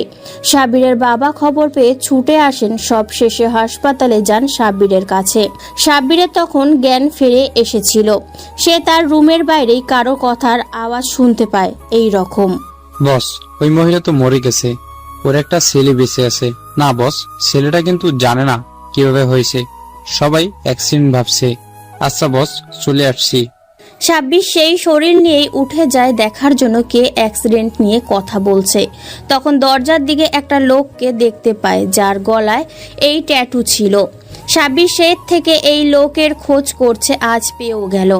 লোকটাকে সাব্বিরের চাই, কিন্তু কোনো মানুষ একে 5 বছর যাবৎ দেখেনি। হয়তো বেঁচে আছে, কিন্তু সাব্বির ওকে বাঁচতে দিবে না, অনেক কঠিন মৃত্যু দিবে। সাব্বির ডিটেলসগুলো প্রিন্ট করে নেয় আলাদাভাবে, কেননা এগুলো টপ সিক্রেট ফাইল। দুপুর হয়ে এসেছে, সাব্বিরের ক্ষুধা লেগেছে, তাই বাইরে যায় লাঞ্চ করতে, কিন্তু অফিসের বাইরেই তানিয়াকে দেখতে পায়। আরে আপনি এখানে কি করছেন? তেমন কিছু না, আপনার জন্য দুপুরের খাবার নিয়ে এসেছিলাম। আচ্ছা। বলেই সাব্বির আবারও তাকালো তানিয়ার দিকে। কি আমার জন্য খাবার নিয়ে এসেছেন? হ্যাঁ এই যে। বলে টিফিন ক্যারিয়ারটা দেখায় তানিয়া। আসুন ভেতরে যাওয়া যাক। বলে সাব্বির তানিয়াকে ভেতরে নিয়ে যায়। সাব্বির বসে আছে আর তানিয়া খাবার বেড়ে দিচ্ছে, কিন্তু সাব্বির তাকিয়ে আছে তানিয়ার দিকে। এই চেহারার দিকে 1000 বছর তাকিয়ে থাকলেও সাব্বিরের তৃষ্ণা মিটবে না। নিন, চোখ দিয়ে আমার চেহারা না দেখে খাবার খান। সাব্বির ঘটনার আকস্মিকতায় একটু লজ্জা পায়। আপনি আমার জন্য খাবার এনেছেন, কেউ দেখলে খারাপ ভাবছে তো। যে যা ভাবার ভাবুক, কিন্তু তাতে আমার কিছু যায় আসে না। আপনি ঠিক তো সব ঠিক। সাব্বির খাবার নিয়ে বসে আছে। প্লেটে ওর পছন্দের বিরিয়ানি রান্না করেছে তানিয়া, কিন্তু ও খাচ্ছে না। খাবে কি করে, ওর তো হাত কাটা। আরে খাবার খাচ্ছেন না কেন? বিরিয়ানি পছন্দ না আপনার? হ্যাঁ পছন্দ তো আমার ফেভারিট, কিন্তু আপনি জানলেন কি করে? ফাহিম ভাই বলেছে। কিন্তু আপনি খাচ্ছেন না কেন? সাব্বির ওর হাত তানিয়াকে দেখায়। এমা, আপনার হাত কেটে গেছে, আমি তো ভুলেই গেছিলাম। দিন আমি খাইয়ে দিই। সাব্বির কি বলবে ভেবে পায় না, কিন্তু ক্রাশের হাত থেকে খাওয়া মন্দ হয় না, তাই সাব্বির হ্যাঁ সূচক মাথা নাড়ায়। তানিয়া সাব্বিরকে খাইয়ে দিচ্ছে আর সাব্বির বাচ্চাদের মতো চুপ করে খাচ্ছে। তানিয়া লক্ষ্য করে যে সাব্বির ওর দিকে তাকিয়ে আছে আর ওর চোখ দিয়ে টপ টপ করে পানি পড়ছে। এই মা, কান্না করছেন কেন? খুব বেশি ঝাল হয়েছে কি? না এমনি। এমনি তো কেউ কান্না করে না, কারণ ছাড়া। কারণ নিশ্চয়ই আছে কিছু। আমার মা মারা যাওয়ার পর থেকে কেউ আমাকে নিজের হাতে খাইয়ে দেয়নি। বাবা কাজে বিজি থাকতো, আমার নিজের খাবার নিজেই খেতাম, আর আম্মু থাকতে প্রতিদিন আমাকে খাইয়ে দিত। তানিয়া হয়তো ভাবেনি যে এই ডিজিটাল যুগেও এমন কোনো ছেলে আছে যে নিজের মাকে এতটা ভালোবাসে। আচ্ছা কমিশনার সাহেব, আমাকে আপনার কেমন লাগে? হঠাৎ এই রকম প্রশ্ন শুনে সাব্বিরের গলায় খাবার আটকে যায়। তানিয়া পানি এগিয়ে দেয়। আপনার মাথা ঠিক আছে? হ্যাঁ নিশ্চয়ই। কেন, আমাকে আপনার খারাপ লাগে? না তেমন কিছু না, কিন্তু। কিন্তু কি? কিছু না। সাব্বিরের খাওয়া শেষ। তানিয়া সবটা গুছিয়ে চলে যায়, কিন্তু আসার সময় মুখে যে হাসিটা ছিল সেটা নেই। সাব্বিরের আর জবাব দেওয়া হলো না। সাব্বির ইনফরমার দ্বারা খবর পেয়েছে যে এইখানেই আশেপাশে কিছুদিন ধরে স্টিফেন অর্থাৎের লোকদের দেখা যাচ্ছে, যেটা অনেক কাজের কারণ। এর মাধ্যমে সাব্বির স্টিফেনের কাছে পৌঁছতে পারবে। সাব্বিরের জানতে হবে যে কেন তার মাকে মারা হলো, আর এর বদলা নিতে হবে। সাব্বির ছদ্মবেশে বেরিয়ে যায় ওদের খুঁজতে। আর আশেপাশে যেখানে যেখানে ওদের দেখা গেছে সেই সব জায়গায় লোকেদের জিজ্ঞাসা করতে থাকে ছবি দেখিয়ে। অনেক খোঁজার পরও সাব্বির কারো খোঁজ পায় না।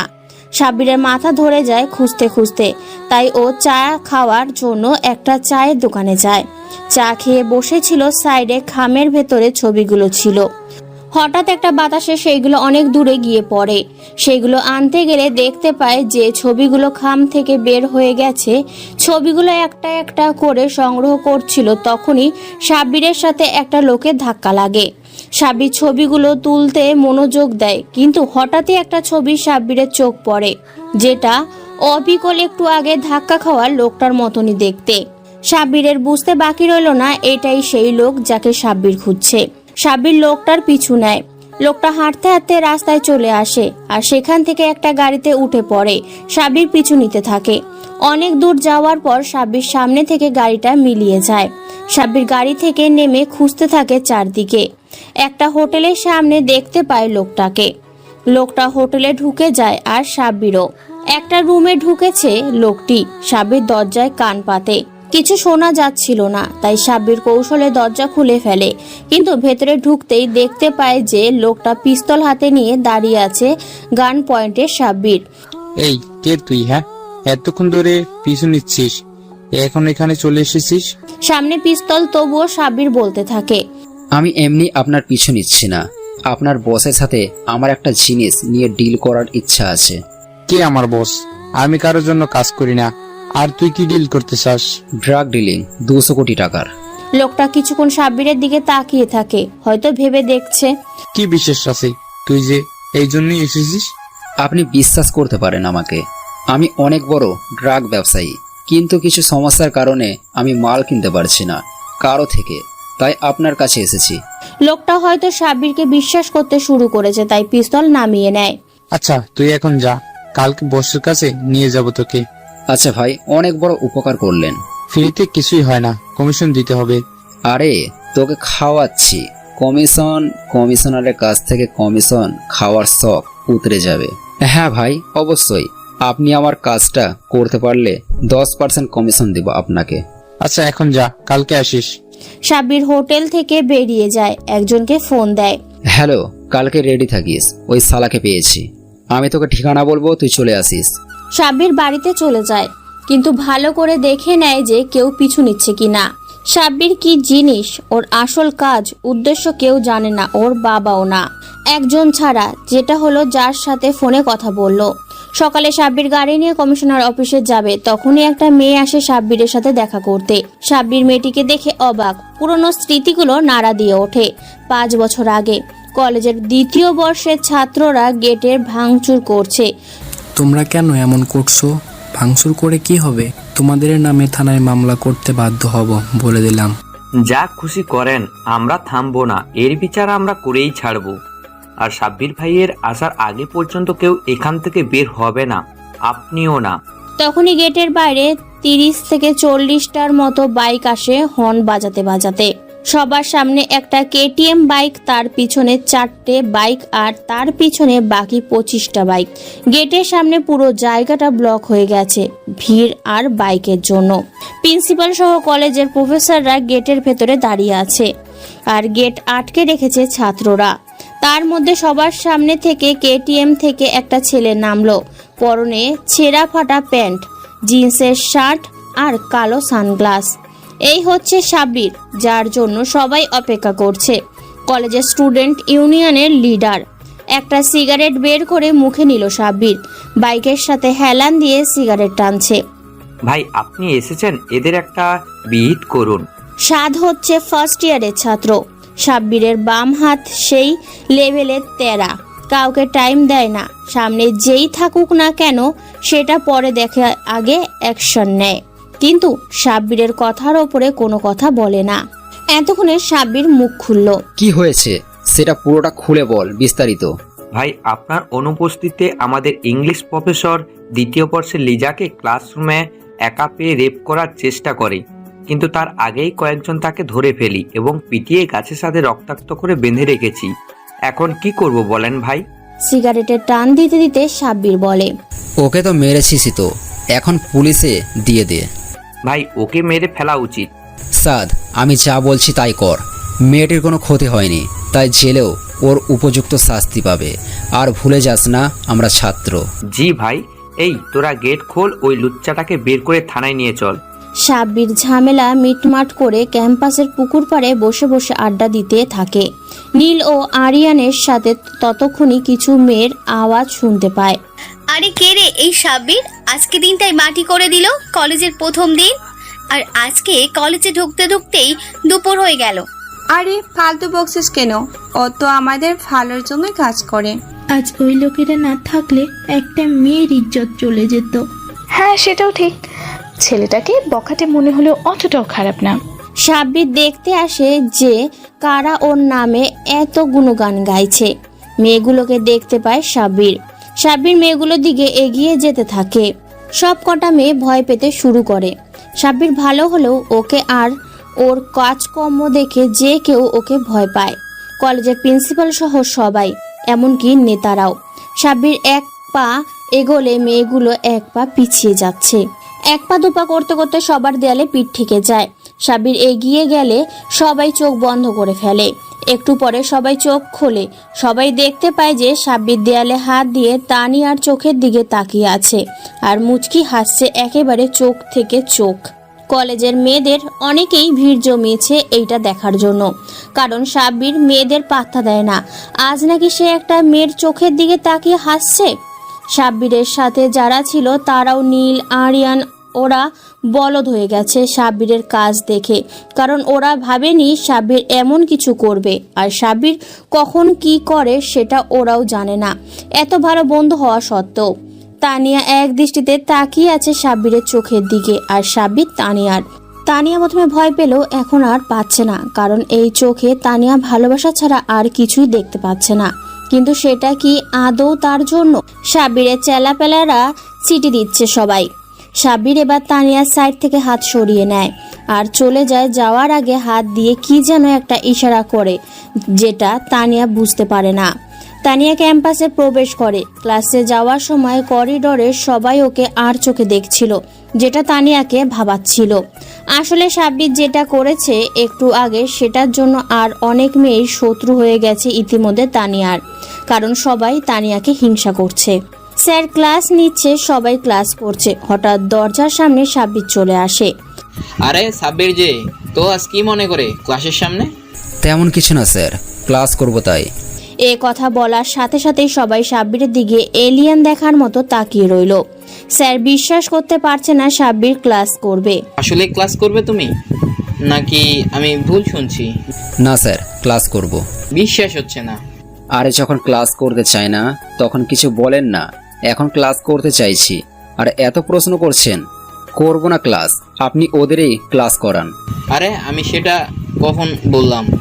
ক্লাস করলে ভেতরে যাও। সাব্বির ভেতরে যায়। আজকেই প্রথম সাব্বির ক্লাসে পা রাখলো। ছেলে মেয়ে একসাথে বসে সবাই। সাব্বির তানিয়ার সাইডে একটা মেয়েকে দেখতে পেল। ওকে ইশারা করলো অন্য জায়গায় যেতে। মেয়েটি চলে গেল। সাব্বির তানিয়ার পাশে বসে পড়ল। তানিয়া অবাক হচ্ছে, এত জায়গা থাকতে ওর পাশে বসায়। শেষ সাথে কিছু মেয়ে হিংসায় পুড়ছে। সাব্বির মনোযোগ দিয়ে ক্লাস করছে। তানিয়াকে দেখার ক্লাস। সাব্বির তানিয়ার দিকে তাকিয়ে আছে তো আছেই। তানিয়ার অস্বস্তি হচ্ছে। এভাবে তাকিয়ে থাকলে এটা হওয়াই স্বাভাবিক। ক্লাস শেষ। সাব্বির বাইরে যায়। এদিকে তানিয়াকে কলেজের গুন্ডি টাইপ মেয়েরা ডেকে নিয়ে যায়। এই তোর নাম কি? তানিয়া। তোর সাহস তো কম না, তুই কলেজে এসে সাব্বিরকে পটানোর ট্রাই করছিস। দেখুন, আপনাদের ভুল হচ্ছে। আমি কাউকে পটাচ্ছি না, সে নিজেই আমাকে পটাতে চাচ্ছে। দোস্ত, মেয়েটা বেশি কথা বলে, প্লাস মুখে মুখে তর্ক করে। ওকে দেখ এখন কি করি। এই তুই এক কাজ কর, কলেজের মাঠে সবার সামনে কাঁধের উঠবোস কর। করব না, মগের মূল্য নাকি? যা বলবে তাই করব। তুই করবি, তোর বাপ করবে, আর এখন করবি। তানিয়া বিভিন্নভাবে মানা করতে থাকে, কিন্তু মেয়েগুলো নাছোড়বান্দা, কিছুতেই ছাড়তে রাজি না। এদিকে সাব্বির কলেজ ক্যান্টিনে বসেছিল। তখনই এক ছোট্ট ভাই এসে খবর দেয়। সাব্বির ভাই। কিরে, কি হয়েছে? সাব্বির ভাই, ভাবিকে লিয়া আর ঋতিকা মিলে র্যাগিং করছে। কি? হ্যাঁ ভাই, অনেকভাবে অপমান করার চেষ্টা করছে। কোথায় ওরা? কলেজের মাঠে ভাই, তাড়াতাড়ি চলুন। সাব্বির অনেক জোরে দৌড় লাগায়, সাথে সাত সহ বাকিরাও ওই দিকে। কিরে, তুই তো কোনো কথাই শুনছিস না, তোকে এইবার কি করব ভেবেও কুল পাবি না। বলে যেই হাত উঠাতে যায় তখনই দেখতে পায় কলেজের মাঠের ওই দিক থেকে অনেক ধুলো উঠছে, মানে কারা যেন দৌড়ে আসছে। তার মধ্যে থেকে সবার আগে সাব্বিরকে দেখা যাচ্ছে মাথায় রুমাল বাঁধা, দেখেই বোঝা যাচ্ছে প্রচণ্ড রেগে আছে। কলেজের সব ছেলেমেয়েরা সাব্বিরকে এভাবে দেখে ভয় পেয়ে যায়, কেননা সাব্বির যখনই এমন রেগে যায় তখনই ভয়ঙ্কর কিছু ঘটে। সাব্বির এসে ওদের সামনে দাঁড়ায়, পেছনে 4 বন্ধু আর ছোট ভাইরা। রিকিতা আর লিয়া ভয়ে কাঁপছে আর ভাবছে আজকে ওদের খবর আছে, যেটা সাব্বিরের লাল চোখ দেখেই আন্দাজ করতে পারছে। কি হলো এখন মার? আরে কি যে বলিস, আমরা ওকে মারতে যাব কেন? তাহলে কি করছিলি বল? তুই এইভাবে কথা বলছিস কেন এই খারাপ মেয়েটার জন্য? ঠাস ঠাস করে থাপ্পড় পড়ল লিয়ার গালে। সবাই অবাক হয়ে তাকিয়ে আছে, সাব্বির কখনো মেয়ের গায়ে হাত তোলেনি এই যাবৎ, কিন্তু সবাই এটা জানে যে সাব্বিরের রাগ লিমিট ক্রস করে গেলে ও যা খুশি করতে পারে। কি বললি? খারাপ মেয়ে? এই তুই কিভাবে ওকে খারাপ বলিস? ওর খারাপের কি দেখেছিস? তুই ওকে মারলি, তাও আবার এই খারাপ মেয়েটার জন্য?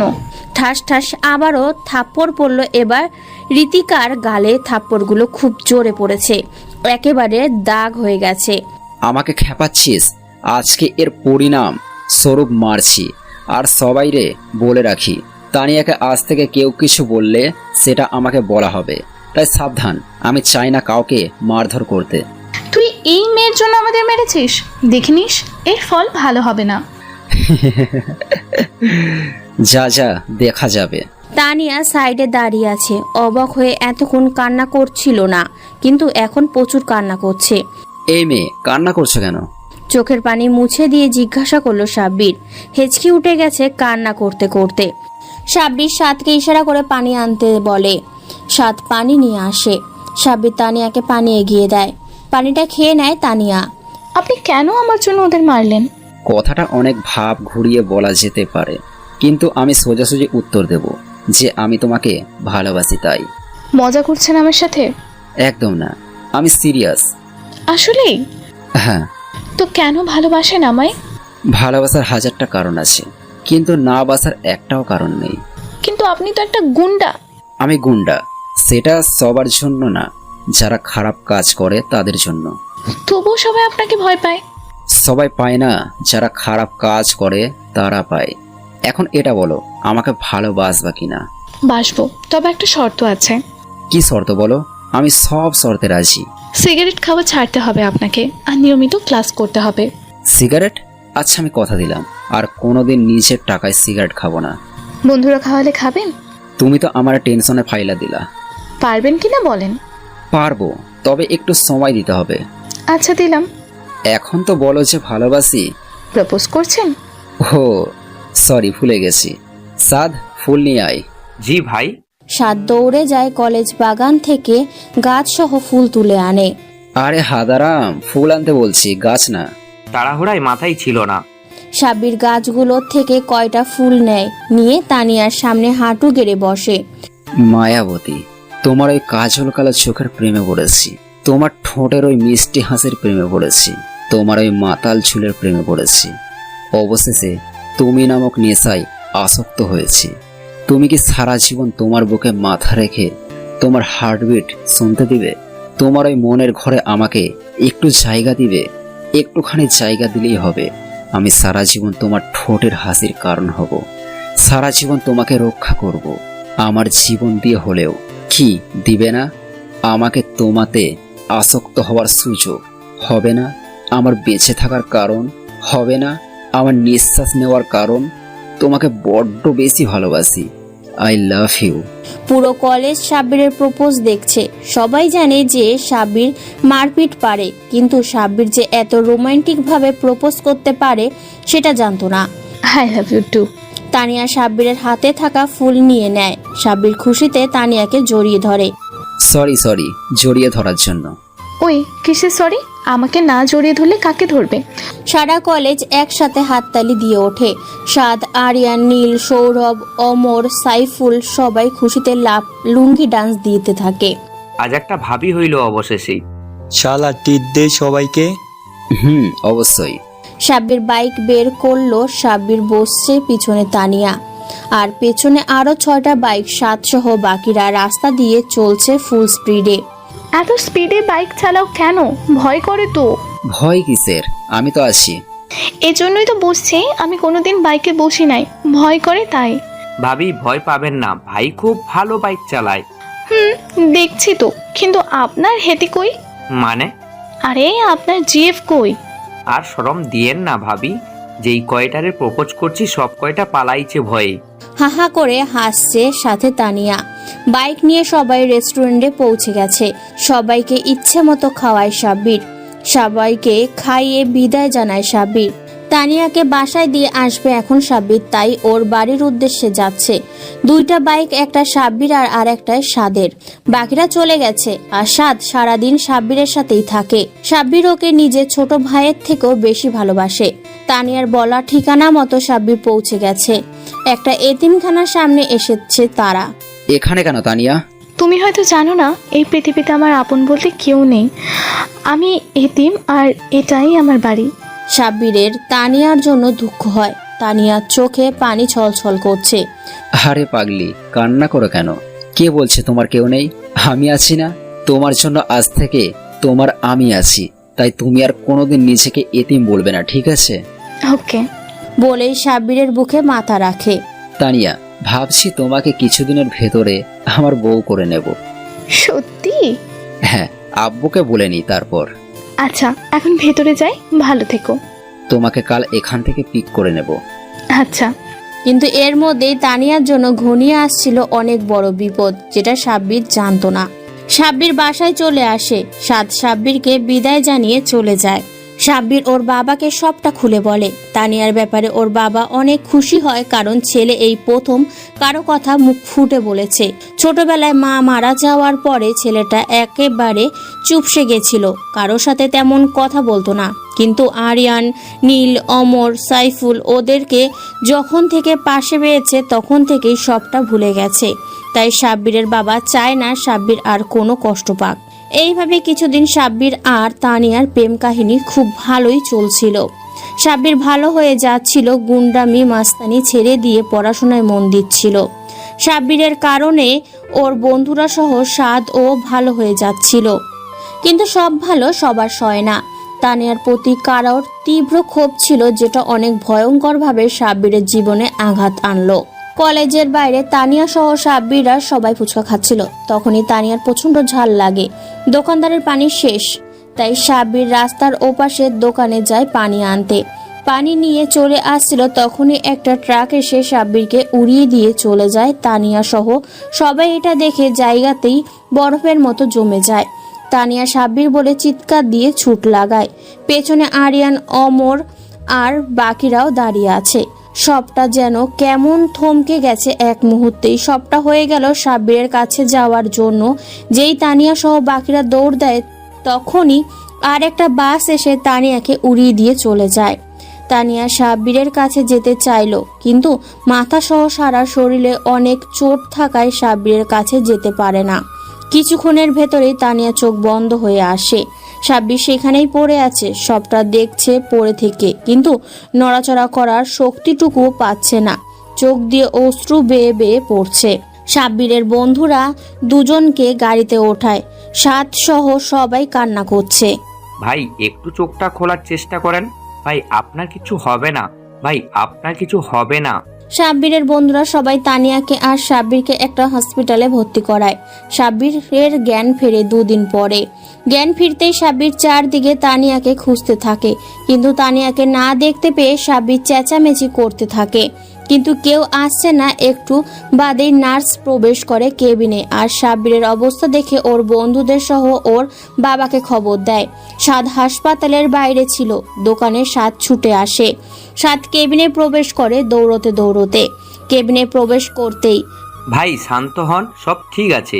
তানিয়া কই? ও কোথায়? ও ঠিক আছে? সাদ কিছু বলছে না, চুপচাপ দাঁড়িয়ে আছে। কিরে, কথা বলছিস না কেন? সাদ তবুও কোনো কথা বলে না।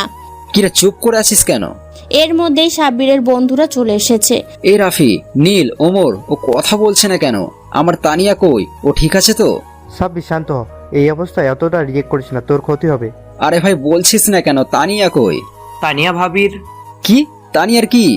সাদ বলতে শুরু করে। ভাই, আপনাকে বাঁচাতে গিয়ে তানিয়া ভাবিও অ্যাক্সিডেন্ট করে আপনাদের হাসপাতালে ভর্তি করি, কিন্তু আপনার অবস্থা ততটা খারাপ না হলেও তানিয়া ভাবির মাথায় অনেক বড় চোট পায় এবং ভাবির মেমোরি লস হয়। ভাবির জ্ঞান ফেরার পর আমাদের কাউকে চিনতে পারেনি, আপনার কথা বললে আপনাকে চিনেনি। সবটা শুনে সাব্বিরের মাথা চড়ক দিতে থাকে। মাথায় কিছুই ঢুকছে না সাব্বিরের। সাব্বির নিজেকে সামলা ভাই। তানিয়া কই এখন?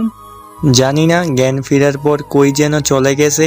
আমরা ভেবেছিলাম যে তানিয়া ভাবি আশ্রমে যাবে, কিন্তু পরের দিন আমরা যখন সেইখানে যাই তখন ভাবি সেখানে ছিল না। খোঁজ নিয়ে জানতে পারি ভাবি সেখান থেকে চলে গেছে। কোথায় গেছে আমার তানিয়া? জানি না ভাই। এই ঘটনায় সাব্বিরের জীবনটা পুরোই বদলে দেয়। সাব্বির খাওয়া দাওয়া সব ছেড়ে দেয়, সব আগের মতোই হয়ে যায়। সাব্বিরের বাবা সাব্বিরকে নিয়ে অনেক ভয়ে ছিল, কেননা সাব্বির তার বেঁচে থাকার একমাত্র সম্বল ছিল। সাব্বির পাগলের মতো আচরণ করত। সাদ, নীল, অমর, ফারি, সাইফুল ওরা সাব্বিরের অবস্থা দেখে তানিয়াকে খুঁজতে থাকে, কিন্তু কোথাও পায় না। মেয়েটা হঠাৎ করে হারিয়ে গেল। একদিন সন্ধ্যাবেলা সাব্বির তানিয়ার সাথে যেখানে বসে থাকতো ক্যাম্পাসের পুকুর পাড়ে সেখানে বসেছিল। তানিয়ার কথা মনে করে কাঁদছিল। তানিয়ার সাথে কাটানোর প্রত্যেকটা মুহূর্ত স্মৃতিগুলো সাব্বিরকে আরো বেশি কষ্ট দেয়। তানিয়াকে একদিন জিজ্ঞাসা করেছিল সাব্বির যে তুমি আমার থেকে কি কি প্রত্যাশা করো। একটা ভালোবাসায় তোমার খারাপ অভ্যাসগুলো ত্যাগ আর পুলিশ হওয়া। মানে তুমি চাও আমি পুলিশ হই?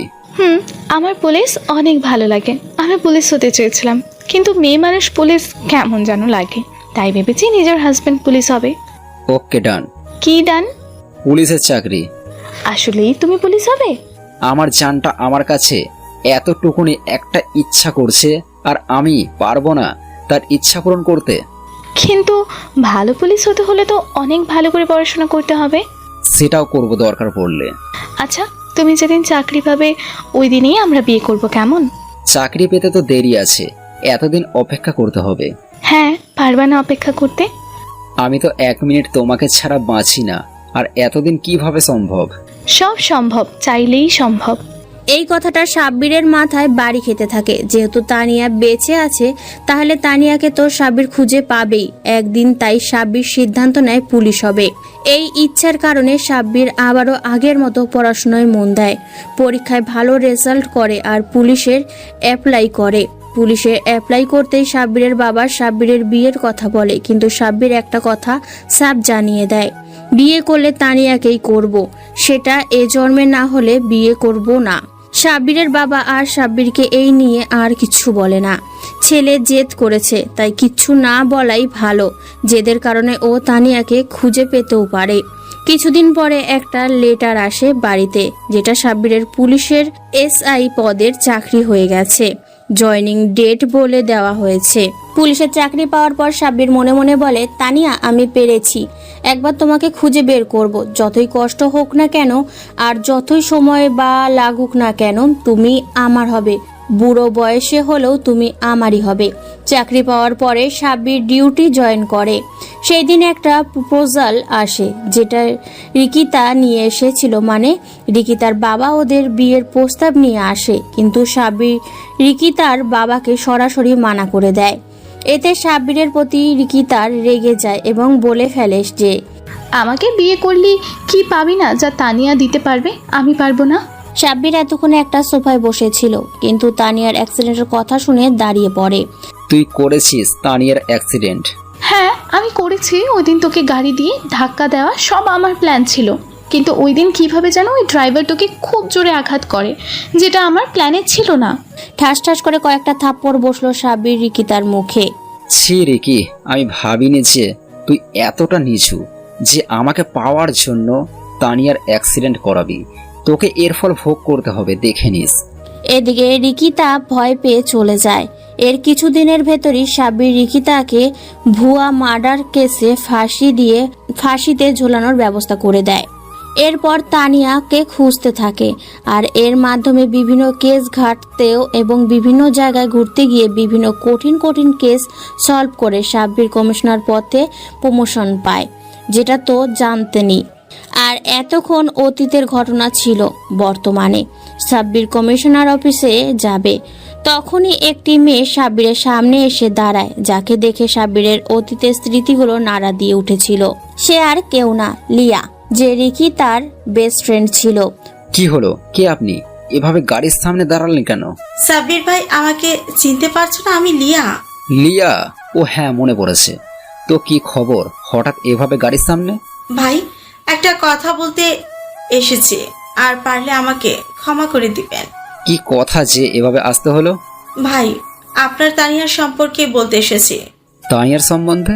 হ্যাঁ, তানিয়ার সম্বন্ধে, কিন্তু এখানে না, অন্য কোনো জায়গায়। আচ্ছা চলো। বলে সাব্বির ফাহিমকে নিয়ে বাড়ির বাগানে গিয়ে বসে, সাথে লিয়াও এসেছে। বসার পর সাব্বির ফাহিমকে কফি আনতে বলল। ফাহিম চলে গেল। ভাইয়া, যেটা বলবো সেটা আপনার হয়তো বিশ্বাস হবে না, তবুও আপনাকে বিশ্বাস করতে হবে। রিকিতা আপনাকে একটা কথা বলেনি, আর কোনোদিন বলতেও না। আমি জানি, আপনি তো সবটা জানেন। আপনাকে আর নতুন করে কি বলবো? ওই দিন তানিয়ার অ্যাক্সিডেন্টের করেই রিকিতা শান্ত হয়নি। আরেকটা ঘটনা না ঘটানো পর্যন্ত ওর মন শান্তি পেত না। তাই ওই দিন হাসপাতালে যায়। যখন জানতে পারে যে তানিয়া বেঁচে আছে, তখন অনেক রেগে যায় আর তানিয়ার কে মারার মতলব করে। কিন্তু এটা আমার পছন্দ হয়নি। আমার মন সায় দেয়নি এতে। আমি রিকির বেস্ট ফ্রেন্ড হতে পারি, তবুও একজন মানুষ হয়ে আর একজনের জীবন নিয়ে খেলা, এটা আমার পছন্দ হয়নি। তাই আমি রিকিতাকে মানা করি, কিন্তু রিকিতা বলে যে হয় ওকে মেরে ফেলবে, না হয় এমন কিছু করবে যার ফলে যাতে তানিয়ার জীবন থেকে আপনি মুছে যান। তাই রিকিতা ডাক্তারকে বলে যে এমন কিছু করতে যাত্র তানিয়া ওর সব স্মৃতি হারিয়ে ফেলে। ডাক্তার বলে যে এমন কিছু করলে ব্রেনে অনেক আঘাত পাবে। এর থেকে আমি এমন কিছু করতে পারি যাতে পেশেন্ট সাময়িক সময়ের জন্য 1 বা 2 বছরের সবকিছু ভুলে যাবে, কিন্তু এটা সাময়িক ট্রিটমেন্ট পেলেই আবার সব মনে পড়ে যাবে।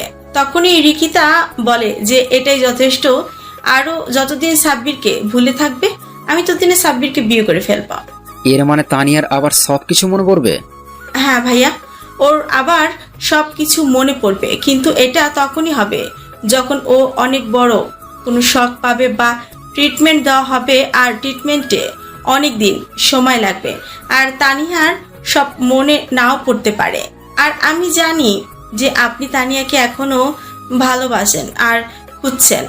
আমরা যা করেছি তার জন্য ক্ষমা করাটা যে কারোরই কাছেই কষ্টকর, তবুও বলছে আমাকে ক্ষমা করে দিয়েন। এখনো তোমাকে একটা কথা বলি, আমি তানিয়াকে পেয়ে গেছি। কি? সত্যি ভাইয়া? হ্যাঁ। সাব্বির সবটা বলে লিয়াকে। আমি খুব খুশি, আমার জন্য কারোর জীবন নষ্ট হয়নি, এইটা ভেবে আমি খুশি। আমি এখন মরলেও শান্তিতে মরতে পারবো। আর ভাইয়া, আপনাকে একটা কথা জিজ্ঞেস করব? হ্যাঁ করো, যা খুশি জিজ্ঞেস করো। সাইফুল কোথায় আপনি জানেন? কেন? একটা কথা কোনোদিন বলা হয়নি, সাইফুলকে আমি অনেক ভালোবাসি, কিন্তু অনেকদিন যাবত ওর কোনো খোঁজ পাচ্ছিলাম না। তোমার নাম্বার দিয়ে যাও, আমি ওকে পেলে তোমাকে ফোন দিতে বলবো। ধন্যবাদ ভাইয়া। লিয়া চলে যাওয়ার পর সাব্বির কমিশনার অফিসে যাওয়ার জন্য বেরিয়ে পড়ে, কিন্তু হঠাৎই তানিয়ার কথা মনে পড়ে। সাব্বির ফাহিমকে তানিয়ার কাছে যেতে বলে। গাড়ি তানিয়ার বাসার মানে রায়সার বাড়ির সামনে দাঁড়িয়ে আছে। সাব্বির বেরিয়ে তানিয়ার রুমের বাইরে দাঁড়িয়ে তানিয়াকে ডাকে, কিন্তু তানিয়ার কোনো রেসপন্স করে না। সাব্বির আবারও দরজায় বাড়ি দেয়, কিন্তু এবারও কোনো রেসপন্স পাওয়া যায় না। সাব্বির এবার খুব চিন্তায় পড়ে যায়, মেয়েটার কিছু হলো না তো। আবার সাব্বির জোরে ধাক্কা দিয়ে দরজা ভেঙে ফেলে। দরজা ভেঙে দেখে তানিয়া বিছানায় শুয়ে আছে। এটা দেখে সাব্বিরের চিন্তা কিছুটা কমে। এই তানিয়া, তানিয়া। তানিয়া এখনো কোনো জবাব দিচ্ছে না, তাই সাব্বির তানিয়াকে জাগানোর জন্য কাঁধে হাত দেয়।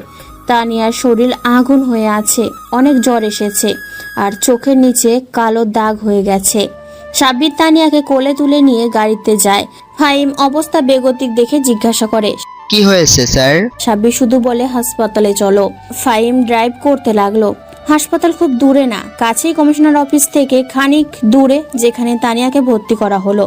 তানিয়াকে ভর্তি করে সাব্বির যেই বিল কাউন্টারে গেল তখনই একটা ফোন আসলো।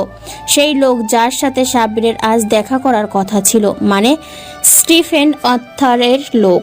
এই সাব্বিরকে যেতে হবে, কিন্তু তানিয়াকে একা রেখে তো যাওয়া যাবে না, তাই রাইসাকে ফোন দিয়ে হাসপাতালে আসতে বলে। রাইসা আসলে সাব্বির চলে যায় ছদ্মবেশ ধারণ করে, একটা গ্যাংস্টারের মতো, সাথে কিছু লোকদেরও ফোন দেয়। ওই হোটেলের সামনে আসতেই লোকটাকে দেখতে পায় সাব্বির। ওই লোকটা সাব্বিরকে একটা গাড়িতে বসিয়ে দেয়। গাড়ি চলতে থাকে, কিন্তু কোথায় যাচ্ছে দেখতে পাচ্ছে না। একটু বাদে সাব্বিরকে একটা জায়গায় এনে রাখা হয়। লোকটা বলে, আমি আসছি। একটা নির্জন এলাকা, গ্রামের মতো, সেখানে একটা বড় ডেয়ারি ফার্মে লোকটা একটু বাদে ফিরে আসে, সাথে কিছু লোক। সবাই সাব্বিরকে দিকে তাকিয়ে কেমন যেন একটা হাসি দেয়। লোকটা সাব্বিরের চোখে কাপড় বেঁধে দেয়। কাপড় বেঁধে দেওয়ায় সাব্বির কিছু দেখতে পাচ্ছিল না। লোকটা সাব্বিরকে নিয়ে যাচ্ছিল আর সাব্বির যাচ্ছিল। সাব্বির চোখে বাঁধা অবস্থায় যতটুকু বুঝতে পারছিল যে সিঁড়ি দিয়ে নিচে নাম। একটু বাদে একটা অন্ধকার রুমে সাব্বিরের চোখ খুলে দেওয়া হলো। চারদিকে অন্ধকার, তাই কিছু দেখা যাচ্ছিল না। একটু বাদে চারদিকে লাইট জ্বলে উঠলো। লাইটের আলোয় দেখা যাচ্ছিল যে স্টিফেন আর্থার বসে আছে। সাব্বিরকে ইশারায় ডাকা হলো। সাব্বির কাছে গেলে জিজ্ঞাসা করা হলো, কেন এসেছে, কি দরকার স্টিফেন আর্থারের সাথে? আমার মাল লাগবে, ড্রাগ। কি ড্রাগন লাগবে? মজা করিস? তুই বাচ্চা মানুষ, এত ড্রাগ দিয়ে কি করবি? ড্রাগন দিয়ে যা করে তাই করব, বিক্রি করব। আর আমাকে কেউ মাল দিচ্ছে না, তাই এখানে এসেছি। তোর নাম কি, আর কেন তোকে সবাই ড্রাগন দিচ্ছে না? সাব্বির ভাইয়ের নাম শুনেছেন? সাব্বির ভাও বলেই একজন আরেকজনের দিকে তাকাতাকি করছিল। স্টিফেন আথার পর্যন্ত সাব্বিরের দিকে তাকিয়েছিল। সাব্বির ভাওকে তুই কিভাবে চিনিস? সাব্বির ভাইয়ের সাথে তোর কি সম্পর্ক?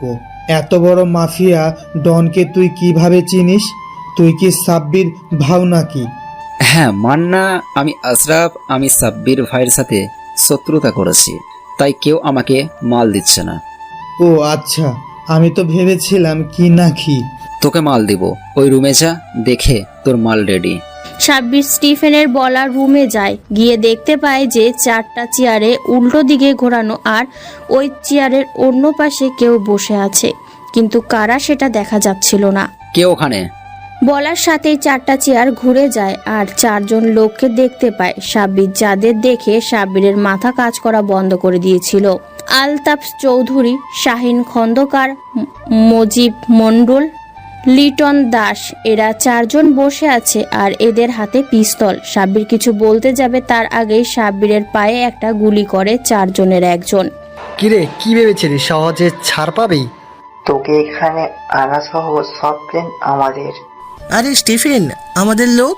স্টিফেন তো কেবল একটা নাম, আমার ওর পাওয়ার। সাব্বিরের পা বেয়ে গুলি ক্ষত থেকে রক্ত পড়ছে। না, আমি এতটা ভাবিনি। ভেবেছিলাম স্টিফেনকে খতম করেই চলে যাব, বাট তোদের যখন সব প্ল্যান, তাহলে তোদেরই খতম করব। স্টিফেনের লোক চার দিক থেকে সাব্বিরকে ঘিরে ধরলো। সবাই সাব্বিরের দিকে বন্দুক তাক করে আছে, মনে এক ক্রাশ ফায়ার করবে, কিন্তু তখনই বাইরের থেকে কিছু লোক এসে বলল, বস, একটা হেলিকপ্টার এসেছে বাইরে, আর তার থেকে 5-6 জন লোক নেমে আসছে আমাদের দিকে। আমাদের 5 জন লোককে মেরে দিয়েছে। সাব্বির এটা শুনে রক্তাক্ত অবস্থায় হাসতে থাকে। আমি এত সহজে মরবো না। তখনই স্নাইপারের গুলির মতো ফাঁস করে কতগুলো গুলি চললো আর স্টিফেন সহ সবাই মাটিতে শুইয়ে দিল। কেবল আলতাফ, মজিব, লিটন, শাহিন এদের বাদে 6 জন কালো স্যুট বুট পরা এজেন্টের মতো লোক ঘরে ঢুকলো। এরা কারা সেটাই ভাবছ তো? এরা হলো সাদ, সাইফুল, নীল, অমর, ফাহিম আর রেজওয়ান। সবার 2 হাতে শটগান, আর নীল আর অমরের হাতে মেশিন গান। তোরা এসে পড়েছিস? জি বস। তোকে বিপদে ফেলে আমরা কি বসে থাকবো নাকি? কিন্তু একটু লেট হয়ে গেছে, আর একটু আগে আসলে পায়ে গুলি খেতি না। আলতাপ সহ বাকিরা বসে আছে, মনে হচ্ছে গরম কড়াইয়ে বসিয়ে রেখেছি এমন করছে। কি আলতাফ সাহেব হাওয়াফুস? তুই পুলিশ না? হ্যাঁ। তাহলে এরা কারা? এরা secret agent. Top secret agent আর আমিও একজন secret agent plus underworld king mafia don Sabbir ভাও। সাব্বির ভাই হুম, এখন কি করবে বল? আমাদেরকেও মেরে দিবে? তো কি ভেবেছিস? কিন্তু আগে এটা বলছে স্টিফেনের সাথে তোর সম্পর্ক কি? স্টিফেন আমাদের জন্য কাজ করে, আমরাই ওকে ডন বানিয়েছি। ও আমাদেরকে মার্ডারে একটা হেল্প করে, তারপর থেকে আমরা ওকে ব্যবহার করেছি। বিনিময়ে দিয়ে গেছে মোটা অঙ্কের টাকা আর পাওয়ার। তোরা কার মার্ডার প্ল্যান করেছিস? স্টিফেনকে দিয়ে? নীলা যশ চৌধুরী। কি কুত্তার বাদ! কেন মেরেছিস বল? বলেই সাব্বির একটা গুলি করে আলতাপের পায়ে, আর আলতাপ বলে, থাম, তোর জান পাখি এখন আমার হাতে, ভুলে গেছিস? মানে? তোর জান পাখি তানিয়া, যার জন্য আমাদের সবার ছেলেকে মার্ডার করেছিস।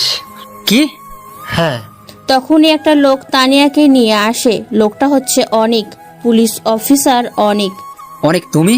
হ্যাঁ, আমি কি বলবো, আর টাকার গোলাম সবাই, আমিও। ওই শালাকে তো আগে মারবো। না সাদ, বোকামি করিস না।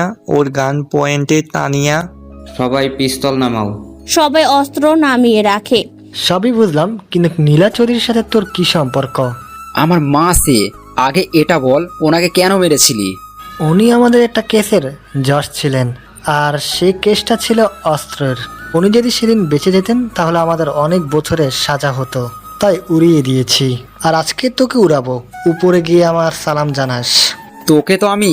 না না, একদম কোনো কিছু করার চেষ্টা করিস না, আর ভুলে যাস না তোর প্রাণ ভোমরা আমাদের হাতে।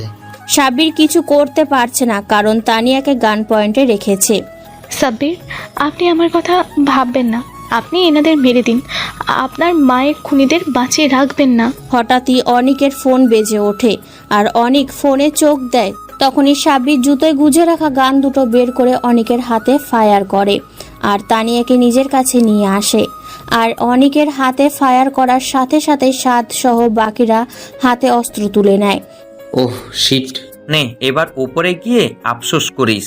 বলেই মাথায় চোখ বরাবর গুলি করে। এখন আলতাপ সহ বাকিদের সামনে নীল, অমর, সাদ, ফাহিম একজন এজেন্ট, মানে ছদ্মবেশী পুলিশ। সাইফুল আর বাকিদের সবার হাতে গান, যেগুলো ওদের দিকে তাক করা। সাব্বির তানিয়াকে নিয়ে ঘোরাতে ঘোরাতে বাইরে চলে আসে। তানিয়া উল্টো দিকে ঘুরতেই ফায়ারিং এর আওয়াজ শুরু হয়। তানিয়া পেছনে তাকাতে গেলেও সাব্বির তাকাতে দেয় না, কারণ সাদরা আলতাপদের ক্রাশ ফায়ারিং করছে, মানে ব্রাশ ফায়ার। 10 মিনিট পর সবাই বাইরে বসে আছে, সাদ সহ সবাই যে যার মতো বসে আছে। আর তানিয়ার সামনে একটা টেবিলের ওপর বসে আছে, জ্বর এখনো আছে। সাব্বির ভাই, কাজ তো এখন শেষ। All clear. না, এখনো বাকি আছে। কি? সবাই নীলকে জিজ্ঞাসা করলো। তানিয়া বাবির সাথে আপনার বিয়ে? ওইটা এই জন্মেও হবে না, কারণ আপনি তো আমায় ভালোবাসেন না। কে বলছে? আমি নিজেই বলি, 5 বছর পর খুঁজে পেলেন, আর একবার জড়িয়েও ধরলেন না। মানে এত ভালোবাসলেন, বিয়ে করতে চাইলেন, আর আমি প্রপোজ করলাম আর উত্তর দিলেন না। তানিয়া দেখো, মজা করো না। তোমার কি সব মনে আছে? হ্যাঁ, সব মনে আছে। সাদ, নীল, ওমর, রাফি, সাইফুল, রিকিতা, সবাইকে মনে আছে। এ কথা বলার সাথে সাথে সাব্বির বসা থেকে উঠে দাঁড়ায়। ওর চোখে পানি চলে এসেছে। দৌড়ে গিয়ে তানিয়াকে জড়িয়ে ধরেছে এভাবে যেন ছাড়লেই পালিয়ে যাবে। তোমার কখন মনে পড়েছে আর আমাকে জানাওনি কেন? যেদিন আমাকে রক্ষা করেছিলে সেই দিন তোমাকে দেখেই, কিন্তু যখন তোমার নাম দেখতে পেলাম ব্যাচে, তখন শিওর হলাম। তানিয়া চলো। কোথায়? কাজী অফিসে। না, আগে হাসপাতালে। বিয়ে না হলে এভাবেই থাকবো। আচ্ছা বাবা, পরে যেও, কিন্তু আগে একটা ফার্মেসিতে চলো, তারপর বিয়ে বাসর সব হবে। সাইফুল। বল, কি বলবি? এই নাম্বারটা রাখ। কার নাম্বার? লিয়ার। মেয়েটা তোকে অনেক ভালোবাসে। সত্যি? হ্যাঁ, তাহলে দুজনে বিয়েটা একসাথে সেরে ফেলবো। আমি ওকে পছন্দ করি, কিন্তু কোনোদিন বলা হয়নি। আচ্ছা চল। সাব্বির আর সবাই গাড়ি নিয়ে নিজেদের গন্তব্যে এগিয়ে যাচ্ছে। গাড়িতে পেছনে বসে আছে তানিয়া আর সাব্বির তানিয়ার কোলে মাথা রেখে ঘুমোচ্ছে। এই ঘুম যেন কত জন্মের ঘুম। তানিয়া সাব্বিরের মাথায় হাত বুলিয়ে দিচ্ছে আর হাসছে। এ হাসির অনেক পাওয়া না পাওয়ার মাঝে অনেক গল্প বলে দেয়। বেঁচে থাকুক ভালোবাসা।